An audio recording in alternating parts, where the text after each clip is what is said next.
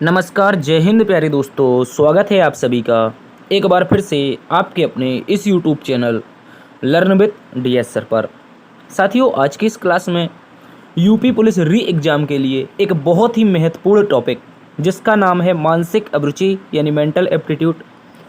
मानसिक अभिरुचि को आज हम जानेंगे और यूपी पुलिस री एग्ज़ाम परसों से आपका शुरू है, तो उसके लिए ये जो क्लास होगी ये एक फाइनल क्लास होगी, अंतिम क्लास होगी।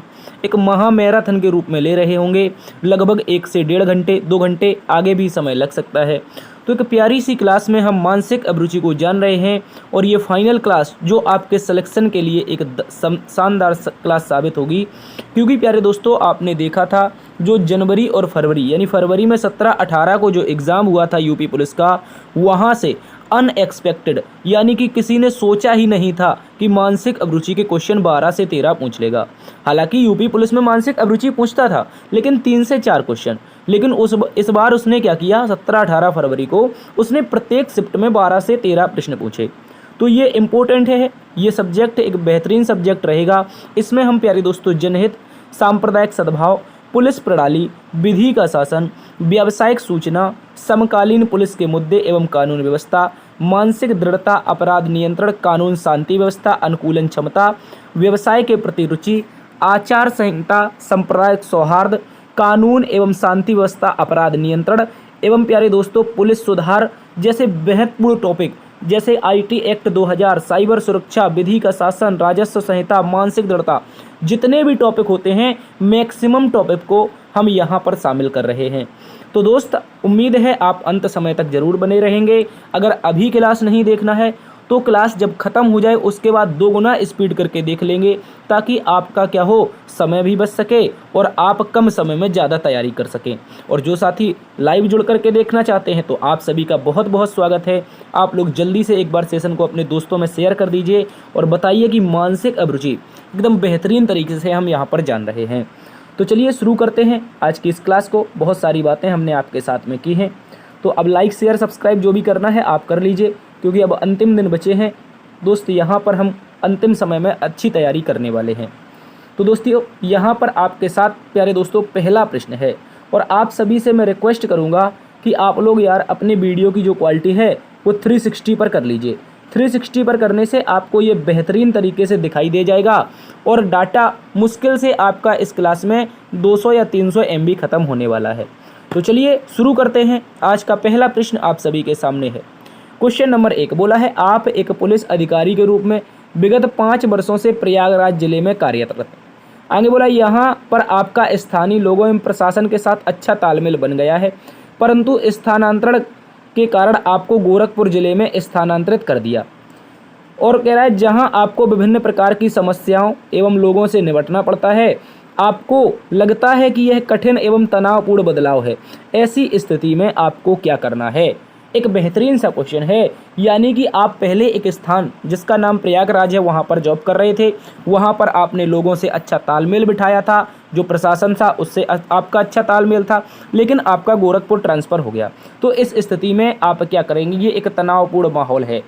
तो साथियों याद रखेंगे, हमेशा आपको पॉजिटिव लेना है। क्या लेना है, हमेशा पॉजिटिव विकल्प को चूज करना है। जैसे कह रहा है किसी अन्य जिले में स्थानांतरित की मांग करनी चाहिए जहाँ पर आप अपना काम रुचियों को जारी रख सकें, काम और रुचियां जारी रख सकें। यानी कि कह रहा है कि गोरखपुर के अलावा अन्य किसी जिले में स्थानांतरण की मांग करनी चाहिए। क्या सरकार के द्वारा दिया गया गोरखपुर आपको गलत लग रहा है? तो कह रहे हैं हाँ। क्यों? क्योंकि प्रयागराज में हमारी अच्छी जान पहचान हो गई थी। लेकिन भाई एक बात याद रखना है, ये एक नेगेटिव वर्ड है। अगर ट्रांसफ़र गोरखपुर हुआ है तो गोरखपुर ही जाना पड़ेगा। आगे कह रहा है स्थानांतरण रद्द करने का अनुरोध करना चाहिए। अनुरोध रद्द करने का भाई फिर से गलत हो जाएगा क्योंकि नेगेटिव आया है, रद्द करने की बात कर रहा है। पुलिस में होता क्या है प्यारे दोस्त, आपको जो एक पुलिस अधिकारी के रूप में जहाँ भी आपका ट्रांसफ़र हो जाए उस स्थान पर आप अच्छे मन से, या कह सकते हैं अपने कैरियर की बढ़ोतरी के रूप में देखते हुए आप वहाँ पर जाएंगे।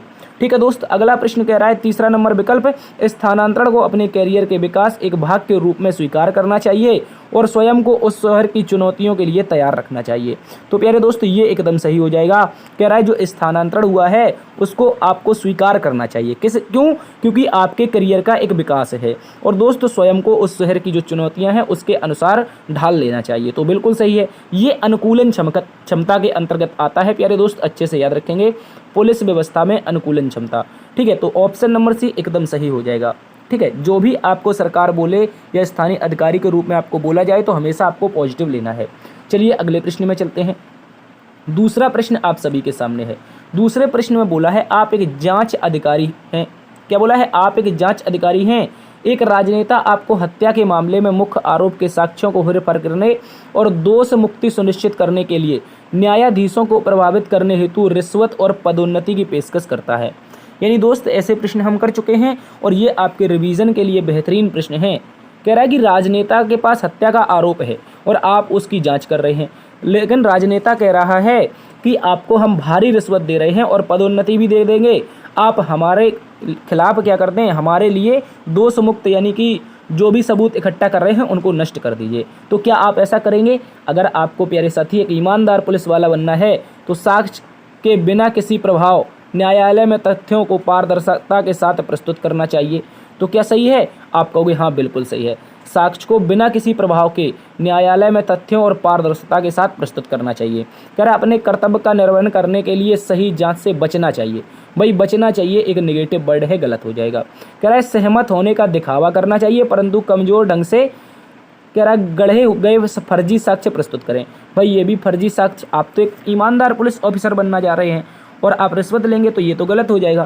कह रहा औपचारिकता दिखाना चाहिए परंतु गुप्त रूप से आरोपी के विरुद्ध साक्ष्य एकत्रित करने चाहिए। औपचारिकता क्यों दिखाएंगे? भाई हम तो पुलिस वाले हैं, हम तो हर किसी के खिलाफ एक जैसा कानून लागू करेंगे। तो ऑप्शन नंबर ए एकदम सही हो जाएगा दोस्त, बिना किसी डर के न्यायालय में हम अपने साक्ष्यों को प्रस्तुत करेंगे। अब साथी अगला प्रश्न आपके सामने है, इस प्रश्न को भी देखिए। साथी बोला गया है आप एक विशेष सेल पुलिस अधिकारी हैं जो साइबर अपराध एवं ऑनलाइन धोखाधड़ी से निपटता है। आपको साइबर सुरक्षा एवं डिजिटल फॉरेंसिक के विभिन्न पहलुओं के लिए प्रशिक्षित किया गया है। किसी कारण से आपको उस सेल में स्थानांतरित कर एक गश्त ड्यूटी पर लगा दिया जाता है। आपको सड़कों पर गश्त लगानी पड़ती है एवं आपातकालीन कालों का जवाब देना होता है। आपको लगता है कि यह एक उबाऊ और नीरस कार्य है, आपको अपनी विशेषज्ञता के अनुरूप नहीं लगता है, तो आप ऐसी स्थिति में क्या करेंगे? यानी आप पहले तो एक साइबर सेल अपराधी थे, माफी चाहेंगे साइबर सेल में काम करने वाले पुलिस अधिकारी थे, लेकिन दोस्त आपको क्या कर दिया, उन्होंने एक ड्यूटी पर यानी ड्यूटी पर कैसे भेज दिया? गश्त वाली ड्यूटी पर। भाई तो आप क्या करेंगे? आपके ये तो अनुरूप ही नहीं है, आप तो ऑफिस में बैठकर कार्य करते थे, अब क्या करेंगे? कह रहा है सड़क पर गश्त लगाने से मना कर देना चाहिए, साइबर सेल में जाने पर जोर देना चाहिए। तो क्या लगता है आपको ये सही हो पाएगा? आप कहोगे गश्त लगाने से मना का मतलब नेगेटिव वर्ड बिल्कुल नहीं कर पाएंगे। भाई कुछ भी हो, कैसी भी कंडीशन हो, आपको हमेशा पुलिस की बात, अपने अधिकारियों की बात माननी पड़ेगी। भाई अभी मैंने ट्रांसफ़र वाला पहला ही क्वेश्चन देखा था, वैसा ही कुछ ये है। ठीक है, आगे कह रहा है सड़क पर गश्त लगाने का कार्य उत्साहपूर्वक करना चाहिए एवं अन्य गश्ती अधिकारियों के अनुभव से सीखना चाहिए। तो इसमें तो कोई नेगेटिव वर्ड है नहीं, तो इसको मैं कर देता हूँ सही। आगे देखते हैं, कह रहा है गश्ती की कार्य में अनिच्छा से करना चाहिए। जो गश्ती का कार्य है उसे अनिच्छा से करना चाहिए। भाई अनिच्छा मतलब नेगेटिव वर्ड हमेशा गलत हो जाएगा। कह रहा है गश्ती पर सड़क पर गश्त कार्य करना चाहिए परंतु लगातार छुट्टी लेने के अवसर की तलाश करनी चाहिए। भाई छुट्टी लेने के अवसर की तलाश, ये तो गलत बात हो जाएगी। तो आप बोलोगे साथी ऑप्शन नंबर बी एकदम सही है कि गश्त कार्य को उत्साहपूर्वक करना चाहिए और जो भी गश्ती अधिकारी हैं उनको सुनिश्चित उनके अनुभव से सीखना चाहिए। अब अगले प्रश्न में आ जाओ दोस्त। अगला प्रश्न बोला है आपको एक गुमशुदा बच्चे की तलाश में मामला सौंपा गया है। इस मामले को सुलझाने हेतु आप क्या कदम उठाएंगे? बताइए दोस्त। गुमशुदा बच्चे के तलाश में मामला सौंपा गया है, इस मामले को सुलझाने हेतु क्या कदम उठाएंगे? मामले पर ध्यान नहीं देंगे बल्कि सामान्य रूप से ठंडे बस्ते में रख देंगे। तो भाई ये तो सीधा सीधा गलत दिख रहा है। मामले पर ध्यान नहीं देंगे, आपको गुमशुदा बच्चे की अगर मामला सौंपा गया है तो कार्य तो करना पड़ेगा। कह रहा है बच्चे के माता पिता को दोषी बताना और उनमें लापरवाही के बारे में बातचीत करेंगे। कह रहा है माता पिता के बच्चे को दोषी बताना और उनसे लापरवाही के बारे में बातचीत करेंगे। कह रहा है अपने से नीचे पंक्ति के अधिकारी को मामला सौंप देंगे। भाई अगर मामला आपको मिला है तो आप किसी को नहीं सौंपेंगे, किसी को नहीं सौंपेंगे। अब देखो कह रहा है बच्चे के अंतिम ज्ञात स्थान का दौरा करेंगे और आसपास के लोगों से पूछताछ करेंगे। तो भाई देखो यहाँ पे जो क्वेश्चन कह रहा था बच्चे के माता पिता को दोषी बताएंगे आप, भाई दोषी बताएंगे और लापरवाही के बारे में बातचीत करेंगे। देखो लापरवाही के बारे में आप ज्ञान दे सकते हैं, लेकिन ये एग्जैक्टली सही नहीं होगा दोस्त। क्यों नहीं? क्योंकि माता पिता हो सकता है धोखे से छूट गया हो बच्चा, हो सकता है किसी वाहन पर वो जा रहे हों, हो सकता है वो छूट गया। अभी आपने एक केस सुना होगा, अभी एक केस करंट में चल रहा है, 1-2 दिन पहले की बात है, लखनऊ में एक बच्चा चोर ने एक माता पिता का बच्चा चुरा लिया है, ठीक है। तो वहाँ पर जो पुलिस थी उसने उसको पकड़ लिया, उसको तो जेल भेज दिया जिसने चुराया था, लेकिन माता पिता उससे छूट गए। तो वही कंडीशन यहाँ पर है, गुमशुदा बच्चा है तो वहाँ पर हो सकता है उसके माता पिता ढूंढ रहे हो, हालांकि ढूंढ रहे होंगे, कोई बच्चा अपने बच्चे को ऐसे थोड़ी ना छोड़ देगा, ठीक है। बच्चा चोर से मिला है वो, अब वही कह रहा है कि गुमशुदा बच्चे की तलाश का मामला सौंपा गया है पुलिस को, तो माता पिता से वो दोषी बताएंगे। भाई हो सकता है किसी ने चुरा लिया हो, तो ये तो गलत हो गया। अब बचा केवल और केवल डी, कह रहा है बच्चे के अंतिम ज्ञात स्थान का दौरा करना चाहिए, यानी माता पिता से पूछना चाहिए अंतिम बार बच्चा आपने अपने साथ में कहाँ देखा था। तो ये ऑप्शन नंबर डी एकदम सही हो जाएगा, साथी याद रखेंगे। अब अगले प्रश्न में आइए। अगला प्रश्न आप लोगों से कह रहा है कि एक मेले की भीड़ में एक 5 वर्ष के बालक अपने माता पिता से बिछड़ गए हैं, वह रो रहा है, यानी 5 वर्ष का जो बालक है अपने माता पिता से तो बिछड़ गया है और रो भी रहा है। ऐसी स्थिति में ड्यूटी पर तैनात पुलिसकर्मी को क्या करना चाहिए? बताइए मेरे साथी क्या हो जाएगा इसका सही उत्तर। कह रहा मेला संचालन केंद्र में जाकर लाउड स्पीकर से आवाज़ लगानी चाहिए, बालक से प्यार से बात कर उसका पता जानने का प्रयास करना चाहिए। तो इसमें कोई नेगेटिव वर्ड नहीं है, लाउड स्पीकर पर आवाज़। देखो आप यदि मेले में गए होंगे, भाई मैं तो बचपन में जाता था, अगर कोई खो जाता था तो पुलिस वालों के पास एक लाउड स्पीकर रहता था, एक बच्चा मुझे यहाँ पर मिला है जल्दी से आ जाएं जिसका खो गया हो, तो वहाँ पर कुछ लोग जाते थे, पर उसके बाद जो असली माता पिता होते उनकी पहचान होती थी। तो मेला संचालन में होता है कि लाउड स्पीकर पुलिस के हाथ में होता है और वो उसका आवाज़ लगाते हैं किसी का बच्चा खो गया है, और बालक से प्यार से बात करेंगे और उससे आराम से पता जानने का प्रयास करेंगे। तो ऑप्शन नंबर 1 हो सकता है। अब कह रहे हैं बालक को गिरफ्तार करके, भाई वो तो क्या है, वो बच्चा बिछड़ गया है, गिरफ्तार क्यों करना, वो चोर थोड़ी ना है। अब कह रहा है बालक को प्यार से गोद में उठाना चाहिए और चुप कराना चाहिए। तो ये देखो हालांकि ये सही है, लेकिन चुप कराना चाहिए एक तरफ से ये गड़बड़ हो जाएगा, क्योंकि बच्चा रोएगा। अब अगर माता पिता से बिछड़ जाएगा तो रोएगा, और आप एक पुलिस वाले हैं, वर्दी को देख तो वैसे ही बच्चे डरते हैं, ठीक है। आगे कह रहा है गुमशुदे की रिपोर्ट तो नहीं की गई है, उसका पता लगाना चाहिए। अरे भाई मेले की बात हो रही है, बच्चे गुमशुदी कैसे हो जाएगी? ऑप्शन नंबर ए प्यारे दोस्त एकदम सही हो जाएगा। क्या हो जाएगा? ऑप्शन नंबर ए एकदम सही है। अगले प्रश्न में आ जाओ।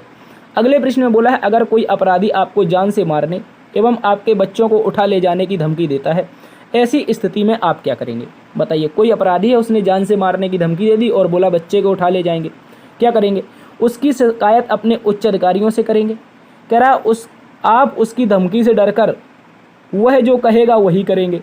कह रहा आप बिना डरे जान की परवाह किए बिना उसके विरुद्ध कड़ी कार्रवाई करेंगे। अपनी सुरक्षा के लिए तत्काल अधिक पुलिस बल अपने घर पर आसपास लगा देंगे। तो भाई इसमें तो मुझे एक गलत लग रहा है, इसके अलावा 3 सही है। क्या पूछा था, क्या करेंगे? तो ये तो बिल्कुल गलत है। कह रहा धमकी देकर जो कहेगा वही करेंगे। और कह रहा आप बिना डरे जान की परवाह किए बिना उसके विरुद्ध कड़ी कार्रवाई करेंगे। हो सकता है आप शिकायत अपने उच्च अधिकारियों से करेंगे, ये भी हो सकता है, और अपनी सुरक्षा के लिए तत्काल अधिक पुलिस बल करेंगे। लेकिन दोस्त हमें एक ही चुनना है, तो अब आप बता दीजिए कि इस प्रश्न का एकदम सही जवाब क्या होगा। देखो साथियों मेरी बात को समझो, उसने बोला है कि अपराधी आपको जान से मारने की अथवा आपके बच्चे को उठाने की धमकी देता है, तो क्या आप शिकायत अपने उच्च अधिकारियों से करेंगे? भाई आप अगर एक पुलिसकर्मी हैं, आप अगर एक एसआई या अधिकारी हैं, तो आप उच्च अधिकारियों से इसकी शिकायत नहीं करेंगे, आप स्वयं उस निर्णय को क्या करेंगे, निपटाएंगे। कह रहा है सुरक्षा के लिए तत्काल अधिक पुलिस बल अपने घर पर लगा देंगे। भाई अधिक पुलिस बल क्यों लगाएंगे? हम तो स्वयं में अधिकारी हैं, हम तो खुद हैंडल कर लेंगे, तो ये तो गलत हो गया। अब कंडीशन बच रही है केवल और केवल सी। केवल और केवल सी में बोला गया है आप बिना डरे जान की परवाह किए बिना उसके खिलाफ कड़ी कार्रवाई करेंगे। यानी जिसने भी आपको धमकी दी है तो आपको डरना बिल्कुल नहीं है, अगर आप एक पुलिस अधिकारी हैं, ठीक है, याद रखेंगे। ऑप्शन नंबर सी एकदम सही हो जाएगा। साथ ही अगले प्रश्न में आ जाइए। अगले प्रश्न में बोला है एक अल्पसंख्यक समुदाय के सदस्यों के खिलाफ हिंसक एवं अन्य अत्याचार की सूचना मिलती है, आप क्या करेंगे? बताओ दोस्त, इसमें आपको क्या करना है? तो कह रहा है कि बातचीत के माध्यम से सूचना देने वाले से बात करेंगे और समाधान ढूंढने का प्रयास करेंगे। साथ ही कह रहा है कि अल्पसंख्यक समुदाय के सदस्यों के खिलाफ हिंसक एवं अत्याचार की सूचना मिली है। तो अत्याचार हो चुका है, हिंसा हो चुकी है, तो ये समाधान की तो बात ही नहीं बनती। आगे कह रहा है शिकायत को गंभीरता से लेंगे, तत्काल कार्रवाई करने की मांग करने का आदेश देंगे। शिकायत को गंभीरता से लेंगे और तत्काल कार्रवाई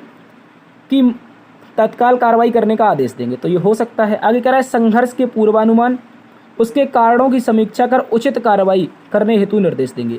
तो option number C, option number B से ज़्यादा प्रबल है, क्योंकि कह रहा है गंभीरता से लेंगे। अरे भाई क्या कह रहा है कि केवल सूचना मिली है, तो सूचना के लिए पहले आपको वहाँ पर पूर्वानुमान लगाना होगा, उसके बाद वहाँ स्थल पर जाकर के समीक्षा करनी होगी, और जो गलतियाँ हैं उसके खिलाफ आप उस हिसाब से कार्रवाई करेंगे, ना कि तत्काल कार्रवाई करेंगे। ठीक है, याद रखेंगे। तो ऑप्शन नंबर सी सही है। डी तो कह रहा है कि नज़रअंदाज कर देंगे, तो ये तो बिल्कुल गलत हो जाएगा। अब आ जाइए आप 8 नंबर में। बोला है आप रात में गश्त लगा रहे थे, आपको अकेली महिला सड़क के किनारे खड़ी दिखाई देती है, उस महिला को लेकर आपकी क्या प्रतिक्रिया होगी? बताओ दोस्त, उस महिला को लेकर के क्या प्रतिक्रिया होगी अगर रोड पे अकेली खड़ी दिखाई दे जाती है? कह रहा है कि दोस्त उसमें पहला विकल्प, उस महिला की तरफ ध्यान न देकर आगे बढ़ जाएंगे। अरे भाई ध्यान तो देना पड़ेगा, अगर अज्ञात में कोई खड़ा है उसके खिलाफ ध्यान तो देना पड़ेगा। कह रहा है उस महिला को सार्वजनिक स्थान पर जाने के लिए कहेंगे। भाई रात की बात है और सार्वजनिक स्थान तो ऑलरेडी सड़क है, तो ये तो बिल्कुल गलत हो गया, ये तो दोस्त बिल्कुल गलत हो गया। अब कह रहा है उस महिला से सख्ती से पूछताछ करेंगे, वह रात में अकेली क्यों खड़ी है।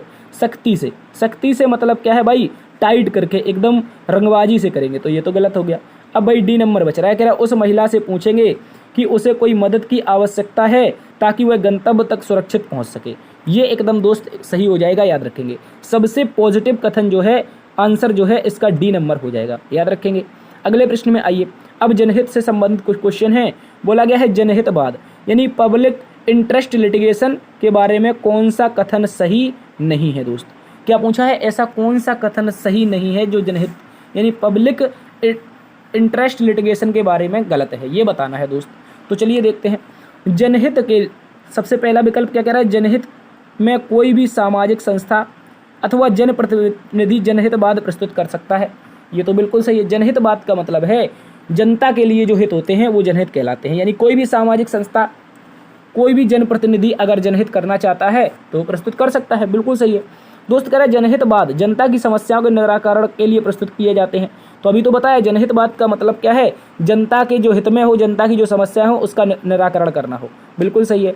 आगे कह रहा है जल प्रदूषण, वायु प्रदूषण, ध्वनि प्रदूषण अथवा पर्यावरण प्रदूषण के गंभीर मामलों में जनहितवाद प्रस्तुत किए जाते हैं, तो जनहितवाद इसमें भी छुपा है, क्योंकि दोस्त जनता स्वच्छ जल चाहिए, उसको स्वच्छ ध्वनि चाहिए, माफी जाएंगे स्वच्छ वायु चाहिए और स्वच्छ पर्यावरण चाहिए। तो दोस्त जो भी ये चीज़ें हैं ये जनहितवाद में भी आती हैं। अब कह रहा है जनहितवाद को याचिकाकर्ता बिना न्यायालय के अनुमति के कभी भी वापस ले सकता है, तो भाई ये बिल्कुल गलत हो जाएगा, ये एकदम गलत हो जाएगा कि जनहितवाद को याचिकाकर्ता बिना न्यायालय की अनुमति, अगर याचिकाकर्ता को अपनी याचिका वापस लेनी है तो उसमें न्यायालय की अनुमति चाहिए होती है, कोई भी हो। अब यहाँ पे जनहितवाद की है तो बिना न्यायालय के कैसे हो जाएगी? यहाँ पर ऐसा होना चाहिए था न्यायालय की अनुमति के से कभी भी वापस ले सकते हैं, तो वो कह रहा है बिना न्यायालय की, तो ऑप्शन नंबर डी गलत हो जाएगा। और उसने पूछा था कौन सा सही नहीं है, तो दोस्त यही आपका सही नहीं है। अगले प्रश्न में बोला है दीपावली पर पटाखे जलाने पर दो समुदायों के बीच टकराव हो जाता है जिसमें मारपीट और पथराव शुरू हो गया है, इस स्थिति में क्या करना है? बताइए दोस्त। कह रहा है ऑप्शन नंबर ए अराजक तत्वों को हिरासत में लेकर उनके विरुद्ध कानूनी कार्यवाही कर शांति स्थापित करनी चाहिए। कह रहा है दीपावली त्यौहार में पटाखे जलाने से दो समुदायों में टकराव हो गया, मारपीट पथराव शुरू हो गया, तो आपसे ऑप्शन नंबर ए में बोला है कि जो भी अराजक तत्व हैं उनको हिरासत में ले लें, उनके विरुद्ध कानूनी कार्रवाई करें और शांति स्थापित करें, तो इसमें कोई भी नेगेटिव बात नहीं है, बिल्कुल सही है। कह रहा है दोस्त स्थिति को गंभीरता से देखते हुए पर्याप्त पुलिस बल बुलाना चाहिए, भाई ये तो गलत हो जाएगा, पर्याप्त पुलिस बल बुलाना चाहिए, ये गलत हो जाएगा, याद रखेंगे। उसने सीधा कहा जो भी अराजक तत्व लड़ रहे हैं आप जाइए वहाँ पर उन लोगों को हिरासत में ले लीजिए, और आप सभी को पता होगा पुलिस वाले एक को देख लेते हैं, गाँव के लोग डर के घर में घुस जाते हैं, तो ये तो बिल्कुल सही है। तो आप कुछ जो भी हिंसा कर रहे हैं उनको हिरासत में ले लेंगे। बोला पुलिस को पटाखे अरे भाई पटाखे बेचने वाले को काहे गिरफ्तार करेंगे, लड़ाई तो समुदाय में हुई है। कह रहा है पुलिस को दोनों पक्षों में समझौता कराने का प्रयास करना चाहिए, तो समझौता कराने के लिए पुलिस का काम नहीं होता है, समझौता काम होता है कोर्ट का, ठीक है, याद रखेंगे। तो ऑप्शन नंबर ए एकदम सही हो जाएगा। अगले प्रश्न में आ जाइए। अगले प्रश्न में बोला है भारतीय पुलिस सेवा में सर्वोच्च रैंकिंग वाला पुलिस अधिकारी कौन होता है? साथ ही बता दीजिए यहाँ पर पुलिस सेवा में सर्वोच्च रैंकिंग वाला पुलिस अधिकारी, तो दोस्तों याद रखेंगे पुलिस महानिदेशक। कौन होता है साथी? पुलिस महानिदेशक। इसका सही उत्तर हो जाएगा ऑप्शन नंबर सी। क्या हो जाएगा? Option number C. अगले प्रश्न में आइए। अगले प्रश्न में बोला है उत्तर प्रदेश पुलिस के भीतर विशेष बल यानी एसटीएफ का प्रमुख उद्देश्य क्या था? स्पेशल टास्क फोर्स का उद्देश्य क्या था, ये बताना है। कह रहा राजमार्गों पर यातायात प्रबंधन करना। क्या स्पेशल टास्क फोर्स प्यारे दोस्त आपके यातायात के लिए बनाई गई थी? नहीं। साइबर अपराधों से निपटने के लिए? नहीं दोस्त। किस लिए बनाई गई थी? संगठित अपराध और विशेष अभियानों से निपटने के लिए। विशेष अभियान तभी तो उसका नाम है स्पेशल टास्क फोर्स। क्या है दोस्त? तभी तो इसका नाम स्पेशल टास्क फोर्स है भाई। संगठित अपराध और विशेष जो भी अभियान होंगे वो एसटीएफ क्या करेगी? देखेगी। चलिए अगले प्रश्न में आते हैं। ऑप्शन नंबर सी इसका सही है। अगले प्रश्न में बोला है एक आतंकवादी अभियान चरम पर है, उसी दौरान आपको पता चलता है कि बेटे की सड़क दुर्घटना में चोटग्रस्त हो गया है। बेटे आप एक मिनट, कह रहा है एक आतंकवादी अभियान चरम चरण पर, उसी दौरान आपको पता चलता है कि आपके बेटे का सड़क दुर्घटना में चोटग्रस्त हो जाता है। कह रहा है वह चिकित्सालय में भर्ती है, आपको ऐसी स्थिति में क्या करना चाहिए? बताइए मेरे साथी, ऐसी स्थिति में क्या करेंगे? कह रहा है परिवार प्राथमिकता हेतु आप अपने अधीनस्थ अधिकारियों में जो निपुण हो उसे बागडोर सौंप देंगे। भाई आतंकवादी अभियान चरण पर है तो क्या करेंगे? अधीनस्थ को बागडोर सौंपेंगे। मुझे कुछ गड़बड़ लग रही है, अभी इसको छोड़ते हैं। कह रहा है बेटी की देखरेख के लिए परिवार के अन्य सदस्य से अपेक्षा करते हुए अभियान पर ध्यान केंद्रित करना चाहिए। तो ये भी एकदम सही है, ये भी दोस्त एकदम सही है। बेटे की देखरेख के लिए कौन? अगर चिकित्सालय में पहुंच गया है तो परिवार के अन्य सदस्यों से अपेक्षा करनी चाहिए, ठीक है। और अभियान पर ध्यान केंद्रित करना चाहिए, सही हो सकता है। नेतृत्व के बिना अभियान को कुछ समय के लिए, भाई आतंकवादी अभियान है, आतंकवादी अभियान, और कह रहा है कुछ समय के लिए स्थगित कर देना चाहिए, तो ये तो गलत हो गया। मिशन को पूरा होने तक ध्यान भटकाने वाले समाचारों को छुपाने चाहिए। मिशन पूरा होने तक ध्यान भटकाने वाले समाचार को छुपाना चाहिए। तो भाई ये सही हो सकता है, लेकिन दोस्त एक बात याद रखेंगे, बोला है आपका बेटा है, तो इसमें दोस्त आपकी पारिवारिक प्राथमिकता भी होती है। तो अगर समाचार मिला है और सत्य है तो ये तो बनेगा नहीं, ऑप्शन नंबर बी बनेगा। बेटे की देखरेख के लिए परिवार के जो भी अन्य सदस्य हों उनसे अपेक्षा करनी चाहिए और अपने अभियान पर ध्यान केंद्रित करना चाहिए। एकदम सही उत्तर है ऑप्शन नंबर बी। अगले प्रश्न में आइए। अगले प्रश्न में दोस्त आपसे बोला है अल्जाइमर रोग से पीड़ित बुजुर्ग व्यक्ति के लापता होने की रिपोर्ट पर कार्रवाई करते हुए एक तैनात पुलिस अधिकारी के रूप में आपको खोज में सहायता करने एवं व्यक्ति की सुरक्षित वापसी सुनिश्चित करने हेतु क्या कदम उठाने चाहिए? यानी एक बुजुर्ग व्यक्ति है जो अल्जाइमर रोग से ग्रसित है, लापता हो गया है, रिपोर्ट पर कार्रवाई करनी है, एक पुलिस अधिकारी हैं आपको खोज की सहायता करने हेतु व्यक्ति को सुरक्षित वापसी के लिए क्या करना चाहिए? बताइए। कह रहा है जब तक बूढ़े व्यक्ति के ठिकाने के बारे में पूरी तरह से जानकारी प्राप्त न हो जाए तब तक खोज स्थगित करनी चाहिए। स्थगित का मतलब है बंद करनी चाहिए। भाई वो तो लापता हुआ है और कह रहा है ठिकाने का पूरी तरह से जानकारी ना हो जाए, तो ठिकाने की जानकारी तो आपको ही करनी पड़ेगी, आप पुलिस अधिकारी के रूप में तैनात हैं, तो खोज स्थगित करनी चाहिए। तो मुझे तो ये गड़बड़ लग रहा है। कह रहा है अन्य संस्थाओं को शामिल किए बिना स्वतंत्र रूप से खोज संचालन करना चाहिए, तो ये बन सकता है। अगर जानकारी एकत्र करने हेतु सामाजिक सेवाओं एवं स्वास्थ्य सेवाओं प्रदाताओं के साथ समन्वय करना चाहिए। सामाजिक सेवा यानी कि जो आपकी सोशल सर्विस है और इसके अलावा जो हेल्थ सर्विस है इसका प्रयोग करना चाहिए। बूढ़े व्यक्ति के परिवार को सूचित करना चाहिए, परंतु तलाशी में कानून परिवर्तन शामिल करने से बचना। कह रहा है बूढ़े व्यक्ति के परिवार को सूचित करना, परंतु तलाशी में कानून परिवर्तन को शामिल करने से बचना। बचने का मतलब क्या है? एक नेगेटिव वर्ड से है, तो ये तो गलत हो जाना चाहिए। ये तो दोस्तों मुझे लगता है गलत हो जाना चाहिए। अब आपके पास कौन कौन बच रहा है? ऑप्शन नंबर बी और ऑप्शन नंबर सी। इसमें से आप मुझे बताएंगे क्या सही उत्तर होगा। दोस्तों बोला है सामाजिक सेवाओं और स्वास्थ्य सेवाओं को समन्वय स्थापित करना चाहिए, तो ये गलत हो जाएगा, याद रखेंगे, क्योंकि आप एक पुलिस अधिकारी हैं, आपको ये कार्रवाई सौंपी गई है, तो आप अन्य संस्थाओं को बिना शामिल किए स्वतंत्र रूप से खोज संचालन करना चाहिए। ऑप्शन नंबर बी इसका सही उत्तर हो जाएगा। 14 का भी एकदम सही है। अगले प्रश्न में आ जाओ दोस्त, जल्दी से बताओ मज़ा आ रहा है आपको क्लास अच्छी लग रही है, कुछ समझ में आ भी रहा है या नहीं? अगर समझ में आ रहा है तो एक बार से जल्दी से थम्स अप कर दीजिए और अगले प्रश्न का साथ ही उत्तर बता दीजिए। बोला है एक पुलिस अधिकारी के रूप में आप देखते हैं कि कुछ धार्मिक अल्पसंख्यकों के मोहल्ले में प्रवेश करने से रोका जा रहा है। यानी आप एक पुलिस अधिकारी हैं साथी, और इस स्थिति में आपको पता चला है कि कुछ धार्मिक अल्पसंख्यक हैं, उनको मोहल्ले में प्रवेश करने से रोका जा रहा है। तो ऐसी स्थिति में आप क्या करेंगे? बताओ दोस्त, ऐसी स्थिति में आप लोग क्या करेंगे? कह रहा है शिकायतों को अल्पसंख्यक कल्याण योजना को संदर्भित करना चाहिए। मतलब कल्याण योजना, अल्पसंख्यक की योजना, मतलब आप अपने कार्य से बच रहे हैं, अपने कार्य से बच रहे हैं दूसरों को ट्रांसफ़र करके, तो ये तो गलत है। आप पुलिस अधिकारी के रूप में हैं, आपको कार्रवाई करनी है। कह रहा है कानूनों का उल्लंघन करने वाले व्यक्तियों को निरुद्ध करके उन पर मुकदमा चलाना चाहिए। तो मुकदमा कौन चलाता है? पुलिस थोड़ी ना चलाती है, मुकदमा तो न्यायालय में चलता है, ठीक है। ये तो कुछ समुदाय के लोग चलाते हैं, पुलिस नहीं चलाती है। तो कह रहा है तनाव को कम करने हेतु बहुधर्मी सामुदायिक संवाद आयोजित करने चाहिए। तनाव को कम करने हेतु बहुधर्मी सामुदायिक संवाद स्थापित करने चाहिए। तो मुझे लग रहा है ये तो सही होना चाहिए। आगे कह रहे हैं अल्पसंख्यक समुदाय के अधिकारियों को तैनात करके सामंजस्य, फिर वही बात, अल्पसंख्यक समुदाय के अधिकारी क्यों तैनात करेंगे? आप स्वयं में हैं, आप स्वयं में एक अधिकारी हैं, तो दूसरे को क्यों टालेंगे? तो इस प्रकार से आपका ऑप्शन नंबर सी सही हो जाएगा कि तनाव को कम करने हेतु बहुधर्मी सामुदायिक संवाद का आयोजित करना चाहिए। अगले प्रश्न में आते हैं दोस्त। अगला प्रश्न आपसे बोला गया है, आप एक अधिकारी के रूप में, आप एक पुलिस अधिकारी के रूप में तैनात हैं। आप एक 11 वर्षीय बालक को चौराहे पर भीख मांगते हुए देखते हैं। भारत के किशोर न्याय कानूनों के अनुसार आपको क्या करना चाहिए? ये प्यारे दोस्त एक बेहतरीन सा क्वेश्चन है इसमें, क्योंकि इसने पूछ दिया है भारत का जो भी किशोर न्याय कानून अधिनियम है उसके अनुसार आपको क्या करना है।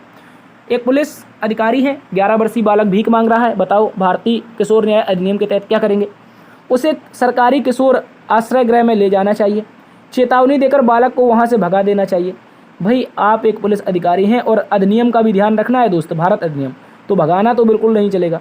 कह रहा उसके माता पिता को सूचित करके उनके अभिरक्षा में रहने के लिए छोड़ देना चाहिए। माता पिता को सूचित करके और उन्हीं के साथ रहे ऐसा छोड़ देना चाहिए। हो सकता है प्यारे दोस्त ऐसा कई बार देखने को मिला है, कई केसेस ऐसे आए हैं जहां पर आपके माता पिता स्वयं बच्चों से भीख मंगवाते हैं, तो ये तो गड़बड़ हो जाएगी दया, ये तो गड़बड़ हो जाएगी अगर सूचित करके केवल छोड़ देंगे। कह रहा उसे गिरफ्तार करके जेल, भाई बच्चा है 11 वर्ष का, जेल कैसे भेजोगे? अब उत्तर जो बनेगा वो एकदम सही है, ऑप्शन नंबर ए, उसे सरकारी किशोर आश्रय गृह में ले जाना चाहिए। क्यों ले जाना चाहिए? क्योंकि ऐसे कुछ बच्चे और होते हैं जिनके माता पिता होते ही नहीं है, वो भी भीख मांगते हैं, तो उन बच्चों को भी देखना है हमें। तो इस प्रकार से आपको सरकारी किशोर आश्रय गृह में ले जाना चाहिए। अगले प्रश्न में आ जाइए। अगला प्रश्न साथी कह रहा है आप एक पुलिस अधिकारी के रूप में एक सार्वजनिक सुरक्षा व्यवस्था संभाल रहे हैं। इस दौरान एक व्यक्ति मंच पर चढ़ने की कोशिश करता है एवं वक्ता को रोकता है। ऐसी स्थिति में शांति बनाए रखने के लिए आपको क्या करना है? दोस्तों बता दीजिए इस प्रश्न का एकदम सही उत्तर क्या हो जाएगा।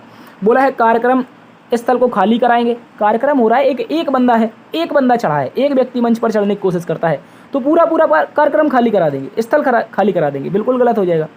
उस व्यक्ति को बलपूर्वक मंच से हटाएंगे और उसे गिरफ्तार करेंगे।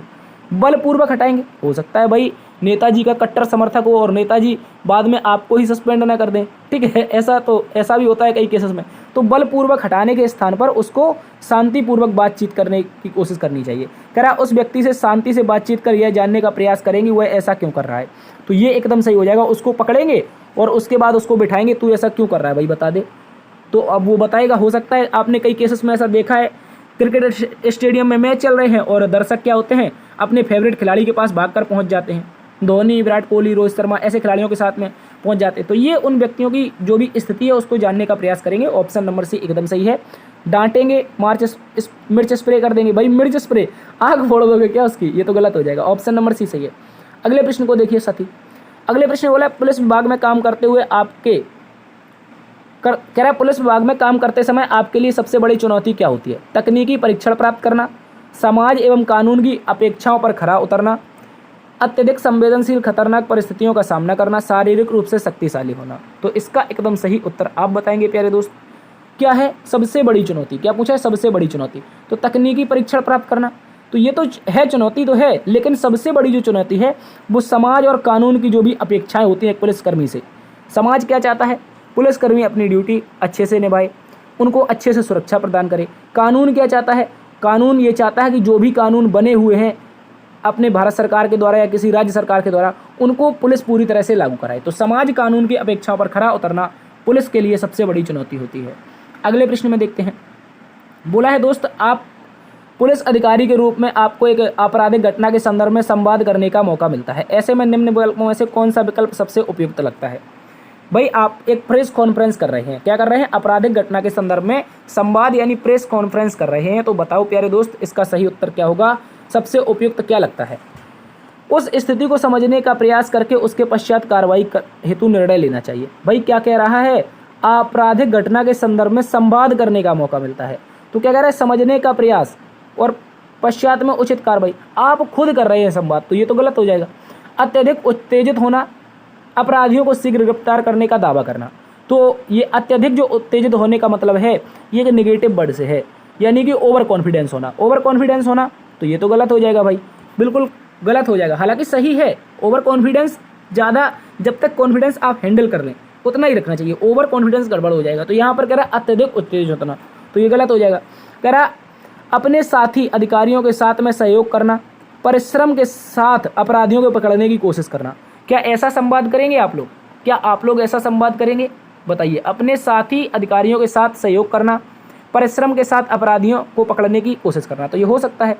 अगला देखते हैं, लोगों के साथ संवाद करना और उनकी सहायता करने हेतु तैयार रहना, ताकि वे समय पर रहते हुए सहायता प्राप्त कर सकें। तो ये प्यारे दोस्त एकदम सही हो जाएगा। ऑप्शन नंबर डी क्यों सही है? क्योंकि उसने बोला है आपराधिक घटना के संदर्भ में संवाद करने का मौका मिलता है। तो कह रहा है अधिकारियों के साथ सहयोग करना, अधिकारियों के साथ सहयोग करना ये तो हो सकता है, लेकिन साथ ही अपराधियों को पकड़ने की कोशिश करना, हमें संवाद करना है। हम अपराधी पकड़ थोड़ी ना रहे, अभी अपराधियों को कैसे पकड़ें, ऐसी सहायता, ऐसी आश्वासन दे रहे हैं मीडिया को, या फिर हम संवाद करते हुए, क्या बोलते हैं, इंटरव्यू देते हुए। तो ये चीज़ें गलत हो जाएगी। ऑप्शन नंबर सी डी एकदम सही है, लोगों के साथ संवाद करना, लोगों से, यानी जो आपने ग्राम पुलिस के बारे में सुना होगा, ऐसा आपका ऑप्शन नंबर डी कह रहा है। तो ऑप्शन नंबर डी सही है। अगले प्रश्न में आइए, बोला है आपके क्षेत्र में एक धार्मिक जुलूस निकाला जा रहा है, जुलूस में कुछ लोग महिलाओं के साथ छेड़खानी कर रहे हैं, आप क्या करेंगे? बताइए दोस्त, धार्मिक जुलूस निकाला जा रहा है और उसमें कुछ लोग महिलाओं के साथ अभद्रता करने लगे हैं। कह रहे जुलूस को रोकेंगे, उन्हें चेतावनी देंगे और कानून का उल्लंघन कर रहे हैं। उन्हें चेतावनी देंगे, वह कानून का उल्लंघन कर रहे हैं। जुलूस को रोकेंगे, महिलाओं के साथ छेड़खानी करने वालों को गिरफ्तार करेंगे, अनदेखा कर देंगे, पुलिस बुलाकर लाठीचार्ज। भाई ये एकदम सही है, option number B. Option number B को एक बार आप लोग देखिए गौर से। कह रहा है दोस्त जुलूस को रोक देंगे और जो भी महिलाओं से छेड़खानी कर रहा है उसको तुरंत गिरफ्तार करेंगे, एकदम सही है। कानून का उल्लंघन, चेतावनी देने का मतलब नहीं बनता, क्योंकि महिलाओं से छेड़खानी हो रही है, और महिलाओं से छेड़खानी मतलब सीधा टांग लेना है, ठीक है। ऑप्शन नंबर बी सही है। अगले प्रश्न में आ जाओ। अगले प्रश्न में बोला है लोगों का एक समूह शांतिपूर्ण तरीके से धर्मनिरपेक्ष सभा का आयोजन कर रहा है, परंतु इसके विरोध में कुछ लोग हिंसक तरीके से प्रतिरोध कर रहे हैं। तो ऐसी स्थिति में पुलिस क्या करेगी? बताइए मेरे दोस्त। बोला है लोगों का एक समूह शांतिपूर्ण तरीके से धर्मनिरपेक्ष सभा का आयोजन कर रहा है, परंतु इसके विरोध में कुछ लोग हिंसक तरीके से क्या कर रहे हैं? प्रतिरोध कर रहे हैं। तो बताओ क्या होना चाहिए? पुलिस क्या करेगी ऐसी स्थिति में? विरोध में हिंसक तरीके से प्रतिरोध करने वालों को शांति बनाए रखने के लिए कहेंगे। हिंसक तरीके से जो प्रतिरोध कर रहे हैं उनसे आप आग्रह करेंगे, हाथ जोड़ के कहेंगे भैया शांत हो जाओ। क्या पुलिस ऐसा करेगी? भाई पुलिस ऐसा बिल्कुल नहीं करेगी। कह रहा है शांति कायम करने के लिए अतिरिक्त पुलिस बल तैनात कर देंगे। भाई ऑलरेडी पुलिस है वहाँ पर, तो अतिरिक्त की क्या ज़रूरत है? तो ये गलत हो जाएगी। शीघ्र ही विरोधी शक्तियों का दमन करेंगे और हिंसा का नियंत्रण कर लेंगे। तो ये एकदम सही हो जाएगा प्यारे दोस्त। जब भी हिंसा होती है तो उस स्थिति में क्या होता है, या तो पुलिस लाठीचार्ज कर देती है, और या प्यारे दोस्त क्या करती है, उन लोगों को गिरफ्तार कर लेती है, उनकी जो भी हिंसा कर रहे हैं उनकी नीतियों को दमन कर देती है, ठीक है, याद रखेंगे। तो ऑप्शन नंबर सी यहाँ पर एकदम सही हो जाएगा, याद रखेंगे। शांति बनाए रखने हेतु लोगों को समय समय पर बातचीत करेंगे, तो ये तो गलत हो जाएगा बिल्कुल, क्योंकि हिंसक तरीके से विरोध हो रहा है दोस्त, इसके विरोध में हिंसक तरीके से विरोध हो रहा है, इसलिए करना पड़ेगा हमें। अगले प्रश्न में आ जाओ। कह रहा है व्यस्त चौराहे पर दो कारों में टक्कर हो जाती है, दोनों चालक एक दूसरे पर दुर्घटना का आरोप लगा रहे हैं, दुर्घटना का कारण निर्धारित करने हेतु आप क्या करेंगे? बताइए प्यारे दोस्त। ऐसी स्थिति में आप क्या करेंगे यदि चौराहे पर दो कारें टक्कर लड़ गई और दोनों कह रहे तुमने मारी, हमने नहीं मारी, तुमने मारी, तो बताओ ऐसी स्थिति में क्या करेंगे? जल्दी बताओ। चालकों के ड्राइविंग लाइसेंस, गाड़ी के कागजात की जांच करेंगे, दोनों चालकों को गिरफ्तार कर लेंगे, ट्रैफिक जाम को कम करने हेतु कारों को हटाने का निर्देश देंगे, दुर्घटना स्थल की जांच, गवाहों से पूछताछ, यातायात सुचारू रूप से करेंगे। तो देखो ड्राइविंग लाइसेंस, गाड़ी की जाँच, ये तो हो सकता है, लेकिन क्या पूछा है? दुर्घटना के कारण निर्धारित हेतु, दुर्घटना का कारण निर्धारित करना है। तो क्या गाड़ी का लाइसेंस और गाड़ी के कागज करके आप दुर्घटना कर सकते हो? किसने की है? दोनों चालकों को गिरफ्तार कर लेंगे। भाई गिरफ्तार करके ठुकाई कर दोगे कौन ने की है, ऐसा पता चल जाएगा। भाई वो भी कहता रहेगा हमने नहीं की है, वो भी कहता रहेगा हमने नहीं की है, और आप तब तक दोनों को तोड़ते रहेंगे। तो ये तो गलत हो जाएगा भाई, ये गलत हो जाएगा। कह रहा ट्रैफिक जाम को कम करने हेतु कारों को हटाने का निर्देश देंगे। ये ट्रैफिक जाम को कम करने हेतु कारों को हटाने का निर्देश देंगे, हो सकता है, लेकिन कह रहा है दुर्घटना की जांच के लिए गवाहों से पूछताछ, यानी कि जो वहाँ पर प्रत्यक्ष लोग मौजूद रहे होंगे उनसे पूछताछ करेंगे दोस्त। तो ये एकदम सही उत्तर हो जाएगा, याद रखेंगे। अब आइए 23 नंबर में। 23 नंबर में बोला गया है पुलिस विभाग के प्रमुख के रूप में जिला स्तरीय सुरक्षा की देखरेख कौन करता है? बताइए दोस्तों, पुलिस विभाग के रूप में जिला स्तरीय में कौन होता है? एसपी। एसपी जिसे हम पुलिस अधीक्षक कहते हैं दोस्त, एकदम सही हो जाएगा ऑप्शन नंबर बी। अगले प्रश्न में आइए, बोला निम्नलिखित में से किस शब्द के संबंध में साइबर अपराध से नहीं है? ऐसा कौन सा शब्द है जो साइबर अपराध से संबंधित नहीं है? क्या स्पैम ईमेल साइबर अपराध हैं? आप कहोगे हाँ है। हैकिंग भी होती है साइबर अपराध। फिशिंग भी होती है प्यारे दोस्त। तो कह रहे संबंध में कौन सा साइबर अपराध नहीं है? आप कहोगे सर यहाँ पर तीनों के तीनों ए बी सी तीनों के तीनों साइबर अपराध हैं, तो कौन सा नहीं है? आप कहोगे ऑप्शन नंबर डी, उपरोक्त में से कोई भी नहीं है। उपरोक्त में से कोई भी ऐसा विकल्प नहीं है जो साइबर अपराध ना हो। याद रखेंगे, तीनों के तीनों साइबर अपराध हैं, तो उत्तर जो बनेगा ऑप्शन नंबर डी। अगले प्रश्न में आ जाइए। अब प्रश्न को पढ़िए, इस प्रश्न का जल्दी से उत्तर बताने का प्रयास कीजिए। क्या हो जाएगा इस प्रश्न का एकदम सही जवाब? बोला है साथियों, आप एक पुलिस अधिकारी के रूप में ड्यूटी पर हैं। एक चौराहे पर कुछ मोहल्ले के राजनीतिक समूहों के मध्य हिंसक झड़पें शुरू हो जाती हैं। प्रभारी अधिकारी के रूप में आप क्या करेंगे? बताइए दोस्त, अराजक तत्वों को रोकने हेतु आवश्यक हो तो पुलिस बल का प्रयोग करेंगे। चौराहे पर जमाव पर प्रतिबंध लगाने हेतु शीर्ष धारा 144 लागू कर देंगे। राजनीतिक नेताओं की मध्यस्थता बीच बचाव का प्रयास हेतु शामिल करना चाहिए। सार्वजनिक व्यवस्था को भंग करने हेतु भड़काने वाले को बिना वारंट के गिरफ्तार करना चाहिए। एक प्यारा सा क्वेश्चन है प्यारे दोस्त, इस प्रश्न का सही जवाब आपको बताना है। बताइए, क्या ऑप्शन नंबर ए होगा, या फिर ऑप्शन नंबर बी होगा, या फिर ऑप्शन नंबर सी, या फिर आपका ऑप्शन नंबर डी होगा? जल्दी से बताने का प्रयास कीजिए। ये एक बहुत ही शानदार प्रश्न है। आप एक पुलिस अधिकारी हैं तो क्या करेंगे? देखो मेरी बात को समझो। उसने सीधा सीधा बोला है, क्या बोला है? कह रहा राजनीतिक समूहों के मध्य में हिंसक झड़पें शुरू हुई हैं। राजनीतिक समूहों के मध्य में हुई हैं प्यारे दोस्त। एक चौराहे पर कुछ मोहल्ले के राजनीतिक समूहों के बीच में हिंसक झड़पें शुरू हो गई हैं। तो क्या करना है? अराजक तत्वों को रोकने हेतु पुलिस बल का प्रयोग करेंगे। भाई राजनीतिक समूह है, याद रखेंगे, तो हो सकता है सत्ता पक्ष हो सकता है विपक्ष हो, तो ऐसी स्थिति में पुलिस बल का प्रयोग करना उचित नहीं होगा। चौराहे पर प्रतिबंध लगाते हुए 144 धारा लागू करेंगे। तो 144 धारा पुलिस लागू नहीं करती है, याद रखेंगे।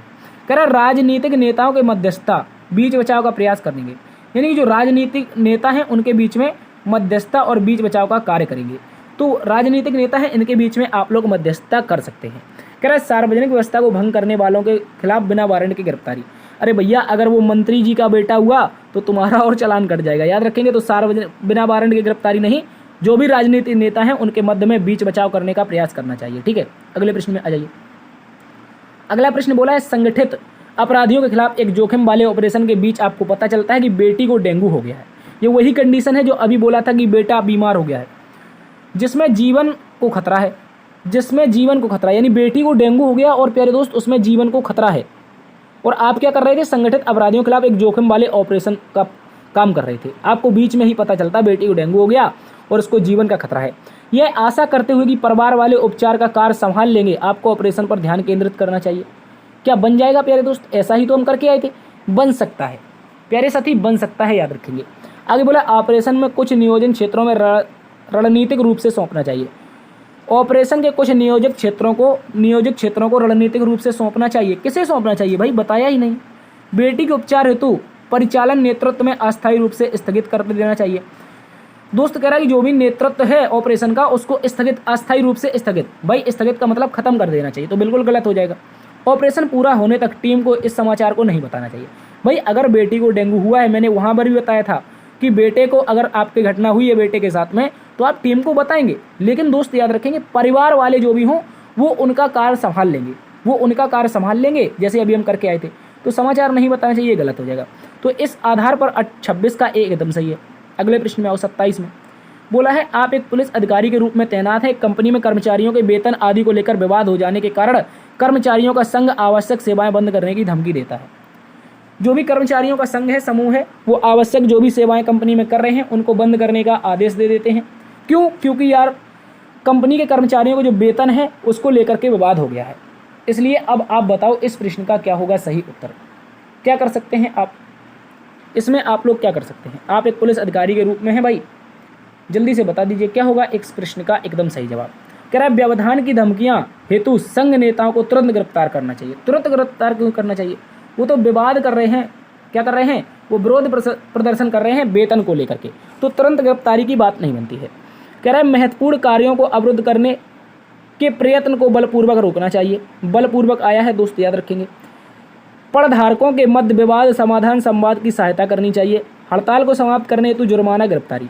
तो प्यारे दोस्त देखो, यहाँ पर बलपूर्वक की बात हुई गलत, तुरंत गिरफ्तारी की बात हुई गलत, और कह रहा है दोस्त जुर्माना और गिरफ्तारी, फिर वही बात हुई गलत।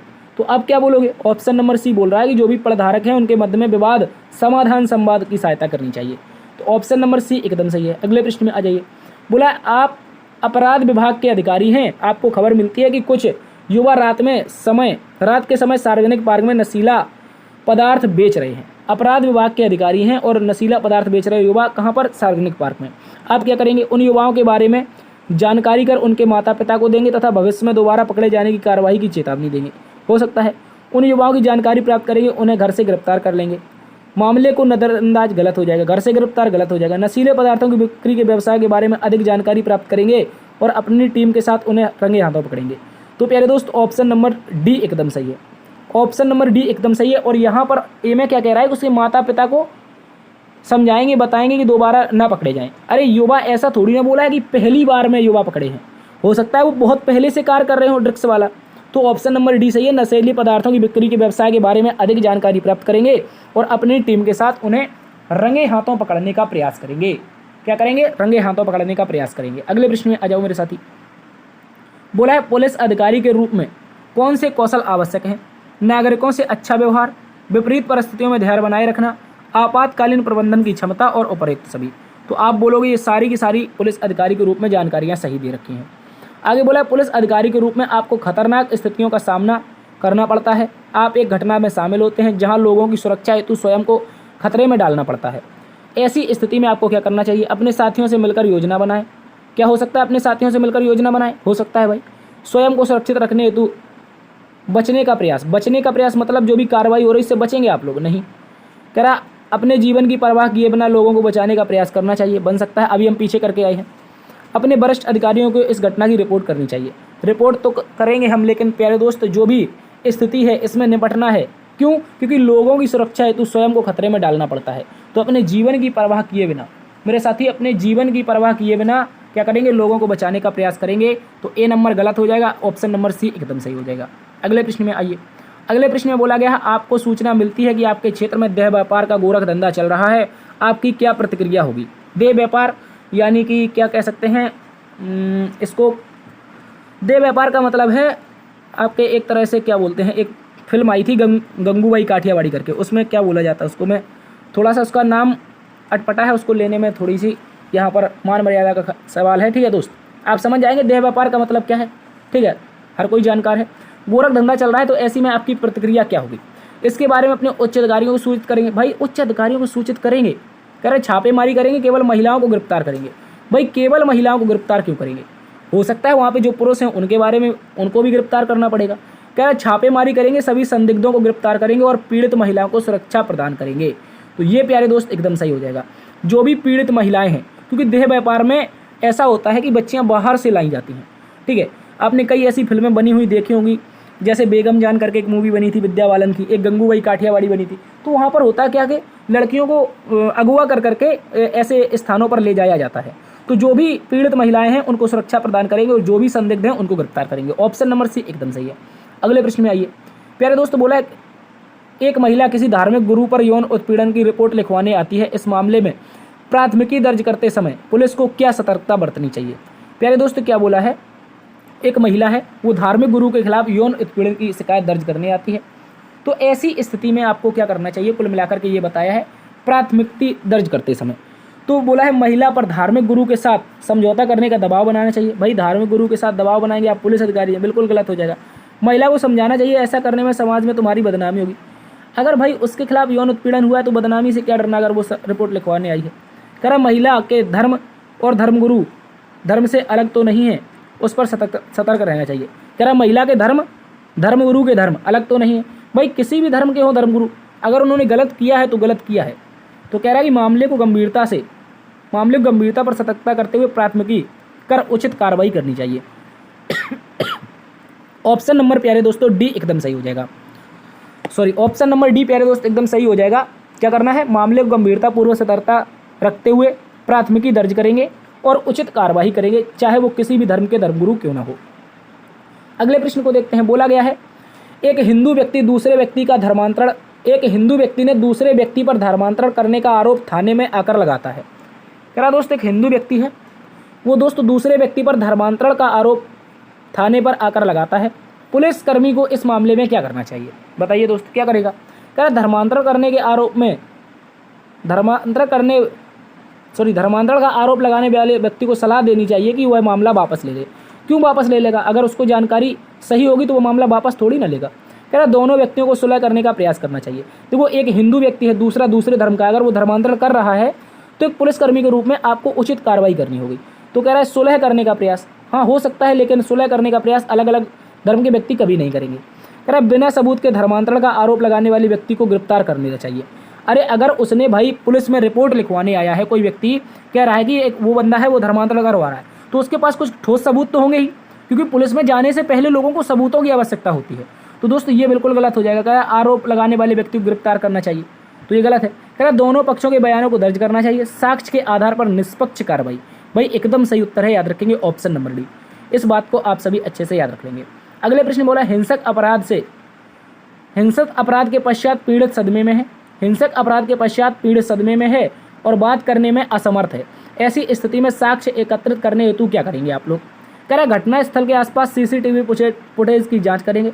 बताओ जो भी घटना स्थल है वहाँ पर क्या करेंगे आप लोग, सीसीटीवी जो फुटेज है उसकी जांच करेंगे। फॉरेंसिक साक्ष्य उपस्थित करेंगे या एकत्रित करेंगे, तो पहला भी सही है, साथ ही पहला भी सही है, सीसीटीवी फुटेज की जांच, फॉरेंसिक साक्ष्य और दोस्तों पीड़ित परिवार के सदस्यों से पूछताछ।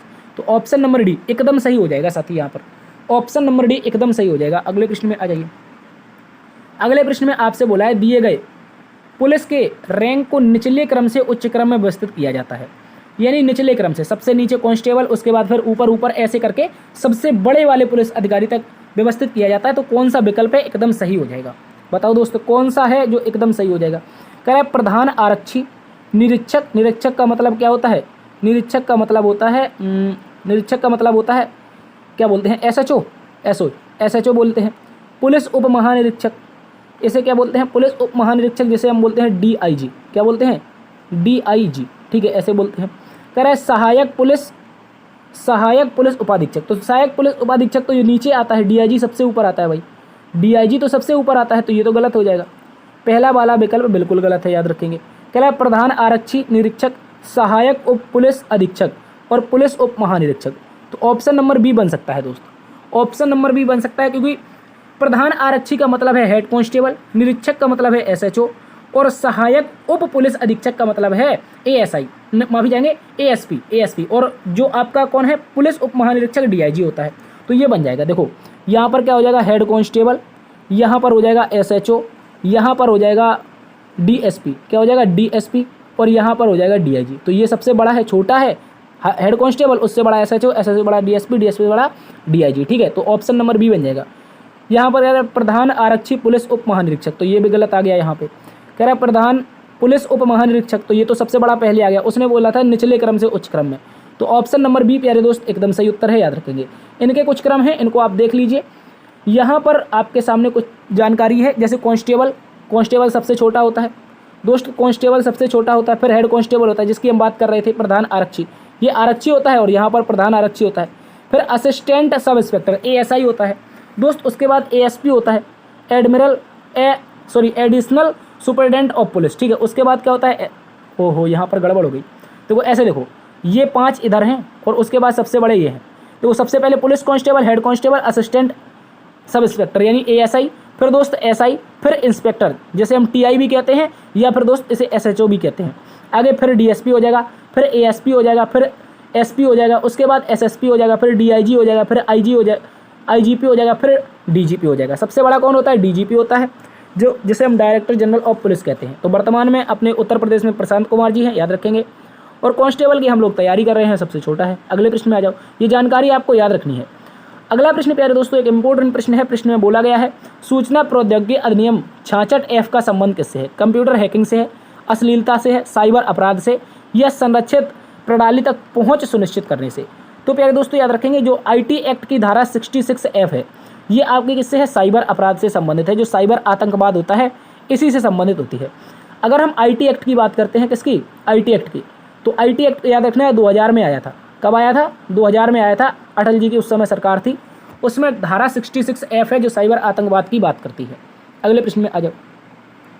बोला गया है दोस्त, एक महिला बलात्कार से पीड़ित है, उसे फॉरेंसिक साक्ष्य की जांच करते समय आपको क्या ध्यान रखना चाहिए। झूठे नाम का उपयोग कर प्रथम सूचना रिपोर्ट के साथ दस्तावेजी पूर्ण करना चाहिए। प्रत्यक्ष भागीदारी के बिना अनुभवी महिला निरीक्षक का स्थानांतरित करना चाहिए। कह रहा है आपको क्या करना चाहिए, चलिए ठीक है। कह रहा है किसी महिला पुलिस के बिना उपस्थिति की जबरदस्ती से मेडिकल परीक्षण पर ध्यान केंद्रित करना चाहिए। मतलब महिला पुलिस है नहीं और वो महिला किसकी पीड़ित है, आप कहोगे बलात्कार की पीड़ित है, तो महिला कांस्टेबल या महिला पुलिस के बिना आप क्या कर रहे हैं, उसका मेडिकल कराने जा रहे हैं, तो बिल्कुल गलत हो जाएगा। उसमें महिला कांस्टेबल की आवश्यकता है। विश्वास पैदा करने तो सादे कपड़े में पीड़िता और व्यक्तिगत रूप से, भाई व्यक्तिगत रूप से बातचीत करनी चाहिए, गलत हो जाएगा। आगे बोला प्रत्यक्ष भागीदारी के बिना अनुभवी महिला निरीक्षक को स्थानांतरित करना चाहिए। तो ये प्रत्यक्ष भागीदारी यानी आप एक पुलिस अधिकारी हैं तो दोस्त आप उस स्थान पर ना जा करके आप क्या करेंगे, अपनी जो अनुभवी महिला निरीक्षक होंगी उनको भेजेंगे। झूठे नाम का उपयोग कर प्रथम सूचना रिपोर्ट दर्ज करनी चाहिए। तो अगर सबसे पहले कोई महिला आई है तो उस पर सबसे पहले क्या करना है, फॉरेंसिक साक्ष्य अगर जांच करनी है तो प्रत्यक्ष भागीदारी न करके आप अनुभवी महिला को देखेंगे। ये तो पहले काम हो जाएगा। उसके बाद फॉरेंसिक जांच में आपको ऑप्शन नंबर बी का प्रयोग करना पड़ेगा, याद रखेंगे। अगले प्रश्न में आइए। बम विस्फोट स्थल पर जांच करते समय आपको नियतकालिक प्रस्फोटक के रूप में प्रयोग किया गया एक क्षत्रिय लैपटॉप मिला है, आप क्या करेंगे। पृथक साक्ष्य हेतु मेमोरी कार्ड, बैटरी जैसे हिस्सों को अलग कर देंगे। एंटी स्टैटिक दस्तानों का उपयोग करके अन्य कार्यों में पहले मूल विस्फोटक स्थिति की तस्वीर लेंगे। इसे बैग के अंदर रखना चाहिए ताकि विस्फोटक में कोई और क्षति ना हो। उंगलियों के निशान पर कोई छेड़छाड़ ना हो। इसकी जांच किसी से कह रहा है इसे किसी चीज़ से लपेट लेना चाहिए। तो क्षत्रिय लैपटॉप मिला है, इसके लिए आप क्या करेंगे, सर्वप्रथम पूछा है। बता दीजिए प्यारे दोस्त इसका सही उत्तर क्या होगा। देखो साथियों यहाँ पे बोला गया है बम विस्फोटक स्थल की जांच करते समय नियतकालिक प्रस्फोटक के प्रयोग के लिए क्षत्रिय लैपटॉप मिला है। तो सबसे पहले आप क्या करेंगे, एंटी स्टैटिक जो दस्तान है उनका उपयोग करके अन्य कार्य करने से पहले मूल विस्फोटक स्थिति की तस्वीर लेंगे। ठीक है दोस्त, सबसे पहली कंडीशन ये लगानी है। अब अगले प्रश्न में आ जाइए। अगले प्रश्न में बोला है एक पुलिस अधिकारी के रूप में तैनात हैं आप, आपको कट्टरपंथी संगठनों से प्रेमी जोड़े के उत्पीड़न की धमकियां मिल रही हैं। इसके बारे में मुखबिरों के द्वारा सूचना मिली है, तो आप उसमें क्या करेंगे, बताइए दोस्त, इसमें आप क्या करेंगे। बोला है प्रेमी जोड़े को स्वैच्छिक यानी शारीरिक अलगाव का सुझाव देंगे, यानी जो प्रेमी जोड़े हैं उनसे कहेंगे तुम अलग अलग रहो। ऐसा नहीं करना है दोस्त, ऐसा बिल्कुल नहीं करना है। प्रेमी जोड़े को सुरक्षा कवर, सुरक्षित आवागमन प्रदान करेंगे। प्रक्रियाओं के अनुसार प्रेमी जोड़े को सुरक्षा अधिकारियों के पास भेज देंगे। तो एकदम सही है, प्रक्रियाओं के अनुसार जो भी प्रेमी जोड़ा है उसको सुरक्षा अधिकारियों के पास भेज देंगे। आगे बोला है प्रेमी जोड़े के सार्वजनिक स्थान पर मिलने से बचने की सलाह देंगे। भाई आप कौन होते हैं ऐसी जानकारी देने वाले। ऑप्शन नंबर सी एकदम सही है, जो भी प्रक्रिया है उनके अनुसार जो भी प्रेमी जोड़ा है उसको कहाँ भेज देंगे, जो भी अधिकारी गण होंगे। आगे बोला है भारत ने भारतीय दंड संहिता प्रक्रिया एवं भारतीय साक्ष्य अधिनियम में परिवर्तन किए हैं। यद्यपि पुलिस पहले के कानून पर कार्य करने पर अभ्यस्त थी, ऐसे में पुलिस को क्या करना चाहिए। भाई आप सभी को पता होगा अभी हाल ही में हम लोगों के कुछ कानून बदल गए हैं, तो ऐसे में पुलिस को करना क्या है, इसके लिए उच्चतम न्यायालय में याचिका दायर करेगी। अगर भारत सरकार ने कोई कानून बना दिया तो पुलिस क्या करेगी, हाई कोर्ट सुप्रीम कोर्ट में जाएगी और कहेगी इनको कानून को वापस करो। गलत हो जाएगा भाई। सरकार के विरुद्ध धरना प्रदर्शन पुलिस प्रदर्शन करेगी, नहीं करेगी। नए कानूनों को सीखकर प्रशिक्षण लेकर कार्य करने की कोशिश करनी चाहिए। ऑप्शन नंबर सी एकदम सही है। अगले प्रश्न में आओ। अगले प्रश्न में बोला आप एक बालक को दुकान पर सामान चुराते हुए देख लेते हैं, ऐसी स्थिति में आपको क्या करना चाहिए। बताइए दोस्त, सामान चोरी कर रहा है, कंपट चुरा रहा है संतरा वाली, बता दो इस प्रश्न का एकदम सही उत्तर क्या होगा। बताइए प्यारे दोस्त, अगर कोई बच्चा कंपट चुराने गया है तो आप उसको क्या करेंगे, ऐसी स्थिति में बालक के माता पिता को बुलाकर उन्हें उचित परामर्श देना चाहिए। तो भैया कंपट चुरा रहा है, कोई बड़ा काम थोड़ी ना कर रहा है, तो मम्मी पापा को बुलाओ और क्या करना है, उचित परामर्श देने के लिए भिजवा दो। बालक को तुरंत गिरफ्तार नहीं, कंपट चोरी में गिरफ्तार करके बाल सुधार करें। बालक को डांट छोड़कर भेज देना चाहिए, दोबारा ऐसा न करने की जानकारी देनी चाहिए। तो भाई जब तक आप डांट करके भेज देंगे तो कोई जानकारी ज़्यादा तो नहीं मिलेगी। अगर मम्मी पापा को बुला देंगे तो मम्मी पापा हो सकता है उनकी तोड़ाई कर दें, आगे चोरी ना करें। ठीक है, तो सी बिल्कुल नहीं बनेगा। डी कह रहा दुकानदार को ही चोरी के केस दर्ज का सुझाव देना चाहिए, तो ये गलत हो जाएगा। एक बच्चा है यार, कंपट चुराई है। अगले प्रश्न में आइए। बोला है कुछ लोग धरना प्रदर्शन कर रहे हैं, राजनेताओं के खिलाफ नारे लगा रहे हैं, उनमें से एक व्यक्ति आपको धक्का दे देता है। यदि आप एक पुलिस अधिकारी हैं तो आप क्या करेंगे? भाई ये कंडीशन आत्मसम्मान वाली है। अब बता दो इसका सही उत्तर क्या होगा, बताओ। अगर कोई धक्का दे दिया तो क्या करेंगे? कह रहा है कुछ लोग धरना प्रदर्शन कर रहे हैं, राजनेताओं के खिलाफ नारेबाजी कर रहे हैं, एक व्यक्ति आपको धक्का दे देता है, आप पुलिस अधिकारी हैं तो उसे तत्काल गिरफ्तार कर लेंगे, व्यवस्थित तरीके से शांति स्थापित करेंगे। हो सकता है भाई पुलिस अधिकारी हैं, लग जाए क्या बोलते हैं, खुन्नस में आ जाओ, हो सकता है गिरफ्तार कर लो। ऑप्शन अभी बन सकता है। धरना प्रदर्शन करने वाले व्यक्तियों को अन्य जगह जाने के लिए बल प्रयोग करेंगे। भाई गलत हो जाएगा, याद रखेंगे गलत हो जाएगा। उन्हें शालीनता के साथ धरना प्रदर्शन के लिए जाने को कहेंगे। भाई लोगों से थोड़ी ना कहना, हमें तो उस व्यक्ति से निपटारा लेना है जिसने हमको धक्का मारा, और हम एक पुलिस अधिकारी हैं। उन लोगों को समझाएंगे जो और वार्तालाप के माध्यम से विवाद को सुलझाएंगे। भाई लोगों से बात नहीं, जिसने धक्का मारा है, आप पुलिस अधिकारी क्या करेंगे? उसे गिरफ्तार करेंगे और व्यवस्थित तरीके से शांति स्थापित करेंगे। ठीक है, याद रखेंगे। अगले प्रश्न में आ जाओ। अगला प्रश्न कह रहा है एक महिला घरेलू झगड़े की शिकायत दर्ज कराने आती है। वह हिंसा का आरोप लगा रही है जबकि पति इनकार कर रहा है। मतलब एक महिला है, वो क्या करने आई? घरेलू हिंसा की आरोप करने आई, शिकायत करने आई और हिंसा का आरोप लगा रही है, और पति कह रहा है हमने ऐसा नहीं किया है साहब। तो बताओ ऐसी स्थिति में क्या करेंगे? दोनों को साथ में बैठाकर बातचीत के माध्यम से सुलह करने का प्रयास करेंगे। बताइए दोस्त, दोनों को बैठाकर बातचीत के माध्यम से सुलह करने का प्रयास करेंगे। पति का पक्ष लेंगे, पुरुष है, महिला का पक्ष लेंगे, वह महिला है। दोनों पक्षों के बयान ध्यान से सुनेंगे, साक्ष्यों के अनुसार उचित कार्रवाई करेंगे। ऑप्शन नंबर डी एकदम सही है। समझाना बुझाना तो गड़बड़ है, क्योंकि उसने कहा है हिंसा का आरोप है, उसने कहा कि पति हम पर क्या कर रहा है? हिंसा कर रहा है। तो दोनों पक्षों को सुनेंगे, जो भी कार्रवाई हो उसे करेंगे।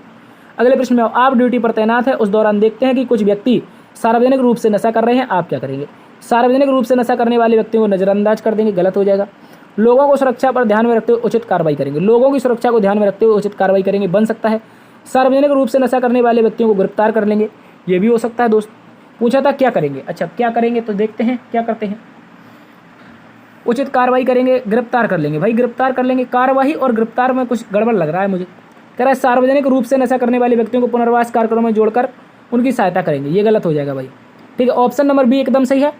ये ऑप्शन नंबर सी क्यों सही नहीं है? क्योंकि सार्वजनिक रूप से जो नशा कर रहे हैं उन व्यक्तियों को गिरफ्तार कर लेंगे, ऐसा नहीं।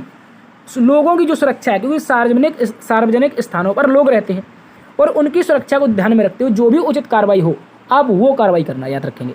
अगले प्रश्न में आओ। कह रहा है पुलिस बल में पारदर्शिता, ट्रांसपेरेंसी लाने हेतु आप क्या उपाय किए जा सकते हैं आपके द्वारा?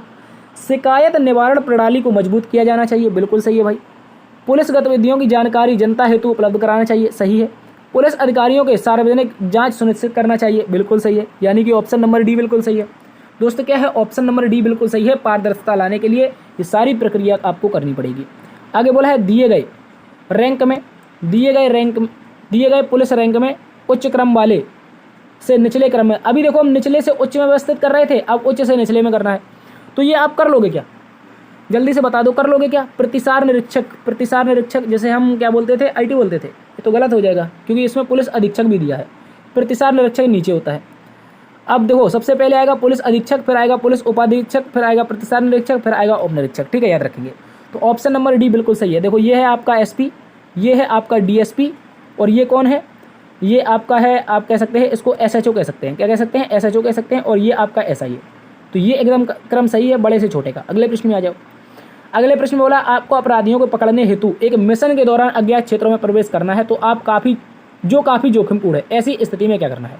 अपराधियों को पकड़ना है, मिशन के दौरान अज्ञात क्षेत्रों में प्रवेश करना है जो काफ़ी जोखिमपूर्ण है, क्या करेंगे? अपराधियों को पकड़ने हेतु सतर्कता से आगे बढ़ेंगे, आगे बढ़ने से पूर्व योजना बनाएंगे, आवश्यक सुरक्षा उपलब्ध कराएंगे, खतरे लिए बिना वापस लौट जाएंगे, गलत हो जाएगा।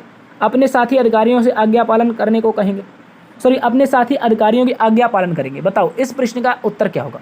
तो देखो ये गलत है, क्योंकि उसने कहा है जो आप अपराधियों को पकड़ने जा रहे हैं वो एक अज्ञात क्षेत्र है और उस क्षेत्र में काफ़ी जोखिमपूर्ण माहौल रहता है, तो क्या करेंगे? सतर्कता से आगे बढ़ेंगे। भाई ये तो करना ही है, लेकिन आगे बढ़ने से पूर्व योजना बनाना जरूरी है, क्योंकि आप पहली बार किसी अज्ञात क्षेत्र में, अज्ञात क्षेत्र का मतलब है जहाँ पहली बार गए हो। ठीक है, ऑप्शन नंबर बी सही है। अगले प्रश्न में बोला है आप एक पुलिस अधिकारी के रूप में ड्यूटी पर हैं, उस समय उस क्षेत्र में दंगा भड़क उठता है जिसके लिए और पुलिस बल की आवश्यकता होती है, तो आप क्या करेंगे? बताओ प्यारे दोस्तों, ये एक अच्छा प्रश्न है, इसके लिए बताना है। कह रहे हैं हिंसक भीड़ को बलपूर्वक खदेड़ने हेतु वाटर पाइप का प्रयोग करेंगे, सुलह एवं शांति की अपील करने हेतु समुदाय के बड़े बुजुर्गों से बातचीत करेंगे। पूर्व के दंगाइयों को निवारक गिरफ्तारियां करेंगे। यदि समूह प्रतिबंधों का उल्लंघन करे तो पत्थरबाजी करते हैं तो गोली मारने का आदेश दे देंगे।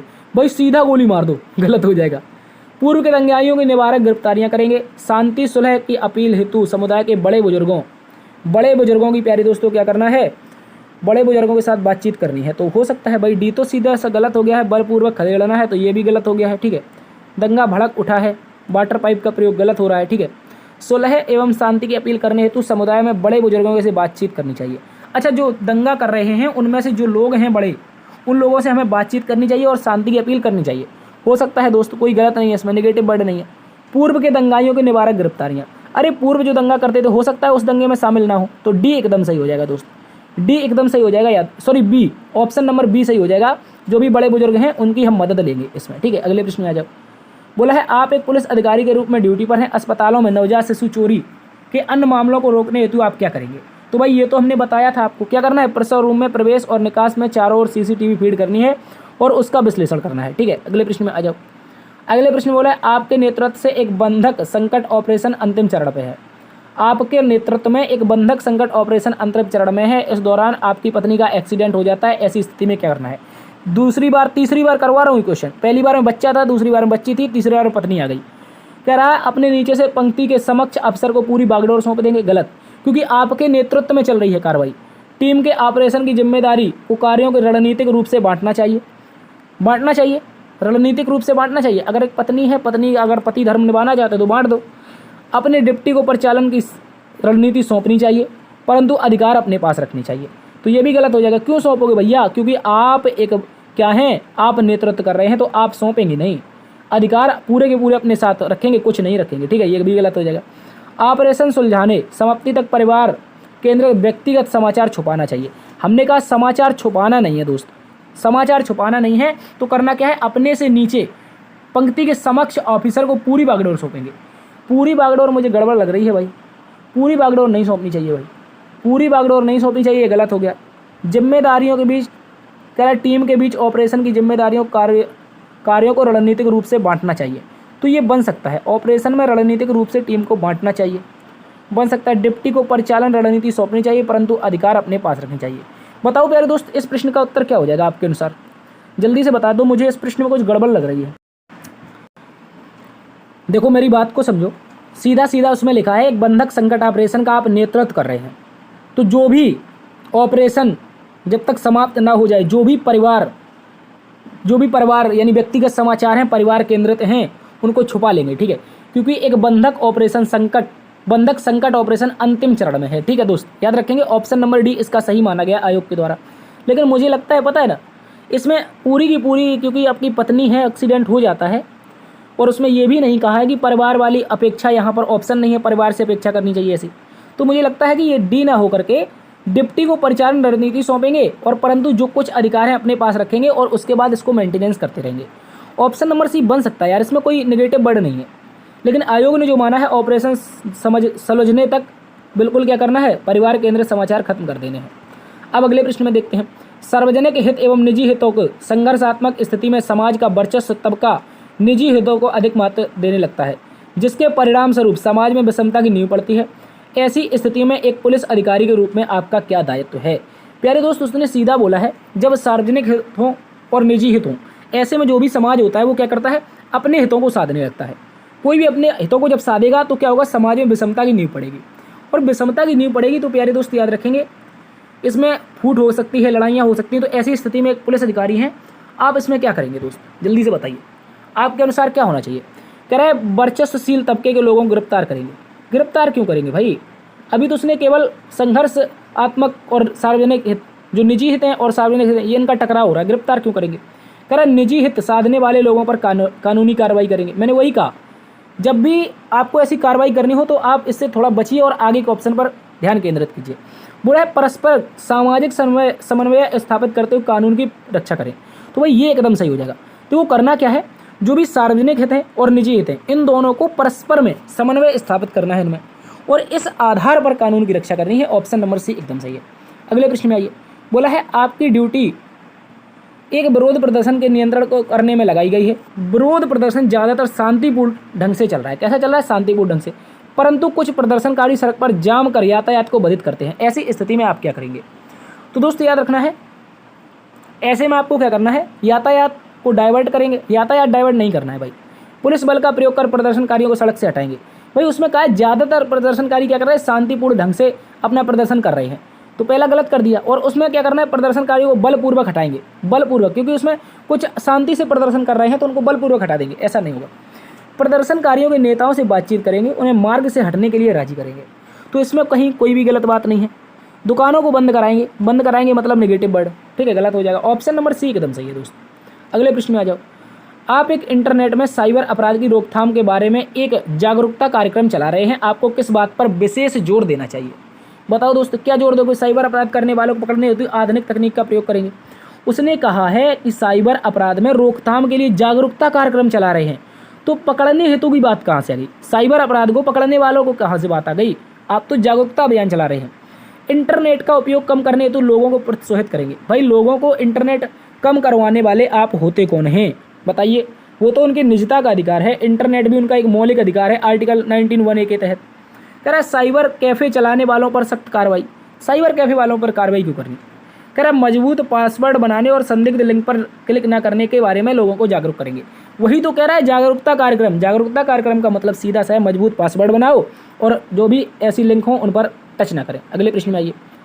बोला गया है सड़क पर एक महिला बिना लाइसेंस के सामान बेच रही है। महिला बहुत गरीब है, उसका आजीविका पर कोई भी स्रोत नहीं है। आप एक पुलिस अधिकारी के रूप में वहाँ पर ड्यूटी कर रहे हैं, तो क्या करेंगे? भाई ये मैंने आपको करवाया है। महिला दुकानदार की स्थिति को समझेंगे, उसे लाइसेंस दिलाने में सहायता करने हेतु संसाधन उपलब्ध कराएंगे, उसे जुर्माना देने के विकल्प के बारे में भी बताएंगे। तो ये ऑप्शन नंबर जो बी है एकदम सही है। मैंने करवा दिया है पिछली क्लास में आप लोगों के लिए, ठीक है, शायद आपने देखा भी होगा इसको। अगले प्रश्न में आ जाओ। बोला रात में गश्त लगाते समय देखते हैं कि एक व्यक्ति सड़क पर बेहोश पड़ा है। यानी आप रात में गश्त लगा रहे हैं और देख रहे हैं कि व्यक्ति बेहोश पड़ा है और महिला का बैग उसके पास है, तो ऐसी स्थिति में क्या करना है? सर्वप्रथम व्यक्ति को अस्पताल पहुंचाएंगे, उसके आसपास के लोगों से पूछताछ करेंगे, महिला का पता लगाएंगे और यह भी जांच करेंगे कि कहीं कोई अपराध तो नहीं हुआ है। तो पहला ऑप्शन बिल्कुल सही है दोस्त, कहीं भी कोई नेगेटिव इसमें बात नहीं दे रखी है। करना क्या है? सबसे पहले अस्पताल पहुंचाना है जो भी बेहोश व्यक्ति है, आसपास के जो भी वहाँ पर लोग हैं उनसे पूछताछ करनी है, महिला का पता लगाएंगे कहीं कोई महिला तो नहीं है, यह जांच भी करेंगे कि कोई कहीं पर अपराध तो नहीं हुआ है। एकदम सही उत्तर है प्यारे दोस्त, एकदम सही उत्तर है ऑप्शन नंबर ए। अगले प्रश्न में आ जाओ। बोला गया है आपके थाना क्षेत्र में एक आपराधिक मामले में जानकारी मिलती है जिसमें एक व्यक्ति को मार दिया गया है। आप घटना स्थल पर पहुंचते हैं, एक विरोधी भीड़ का सामना करना पड़ता है। ऐसी स्थिति में आपको क्या करना है? दोस्त बोला है व्यक्ति को मार दिया है, बीच बचाव हेतु अपने हथियारों का उपयोग करना चाहिए जिससे भीड़ विचलित हो सके।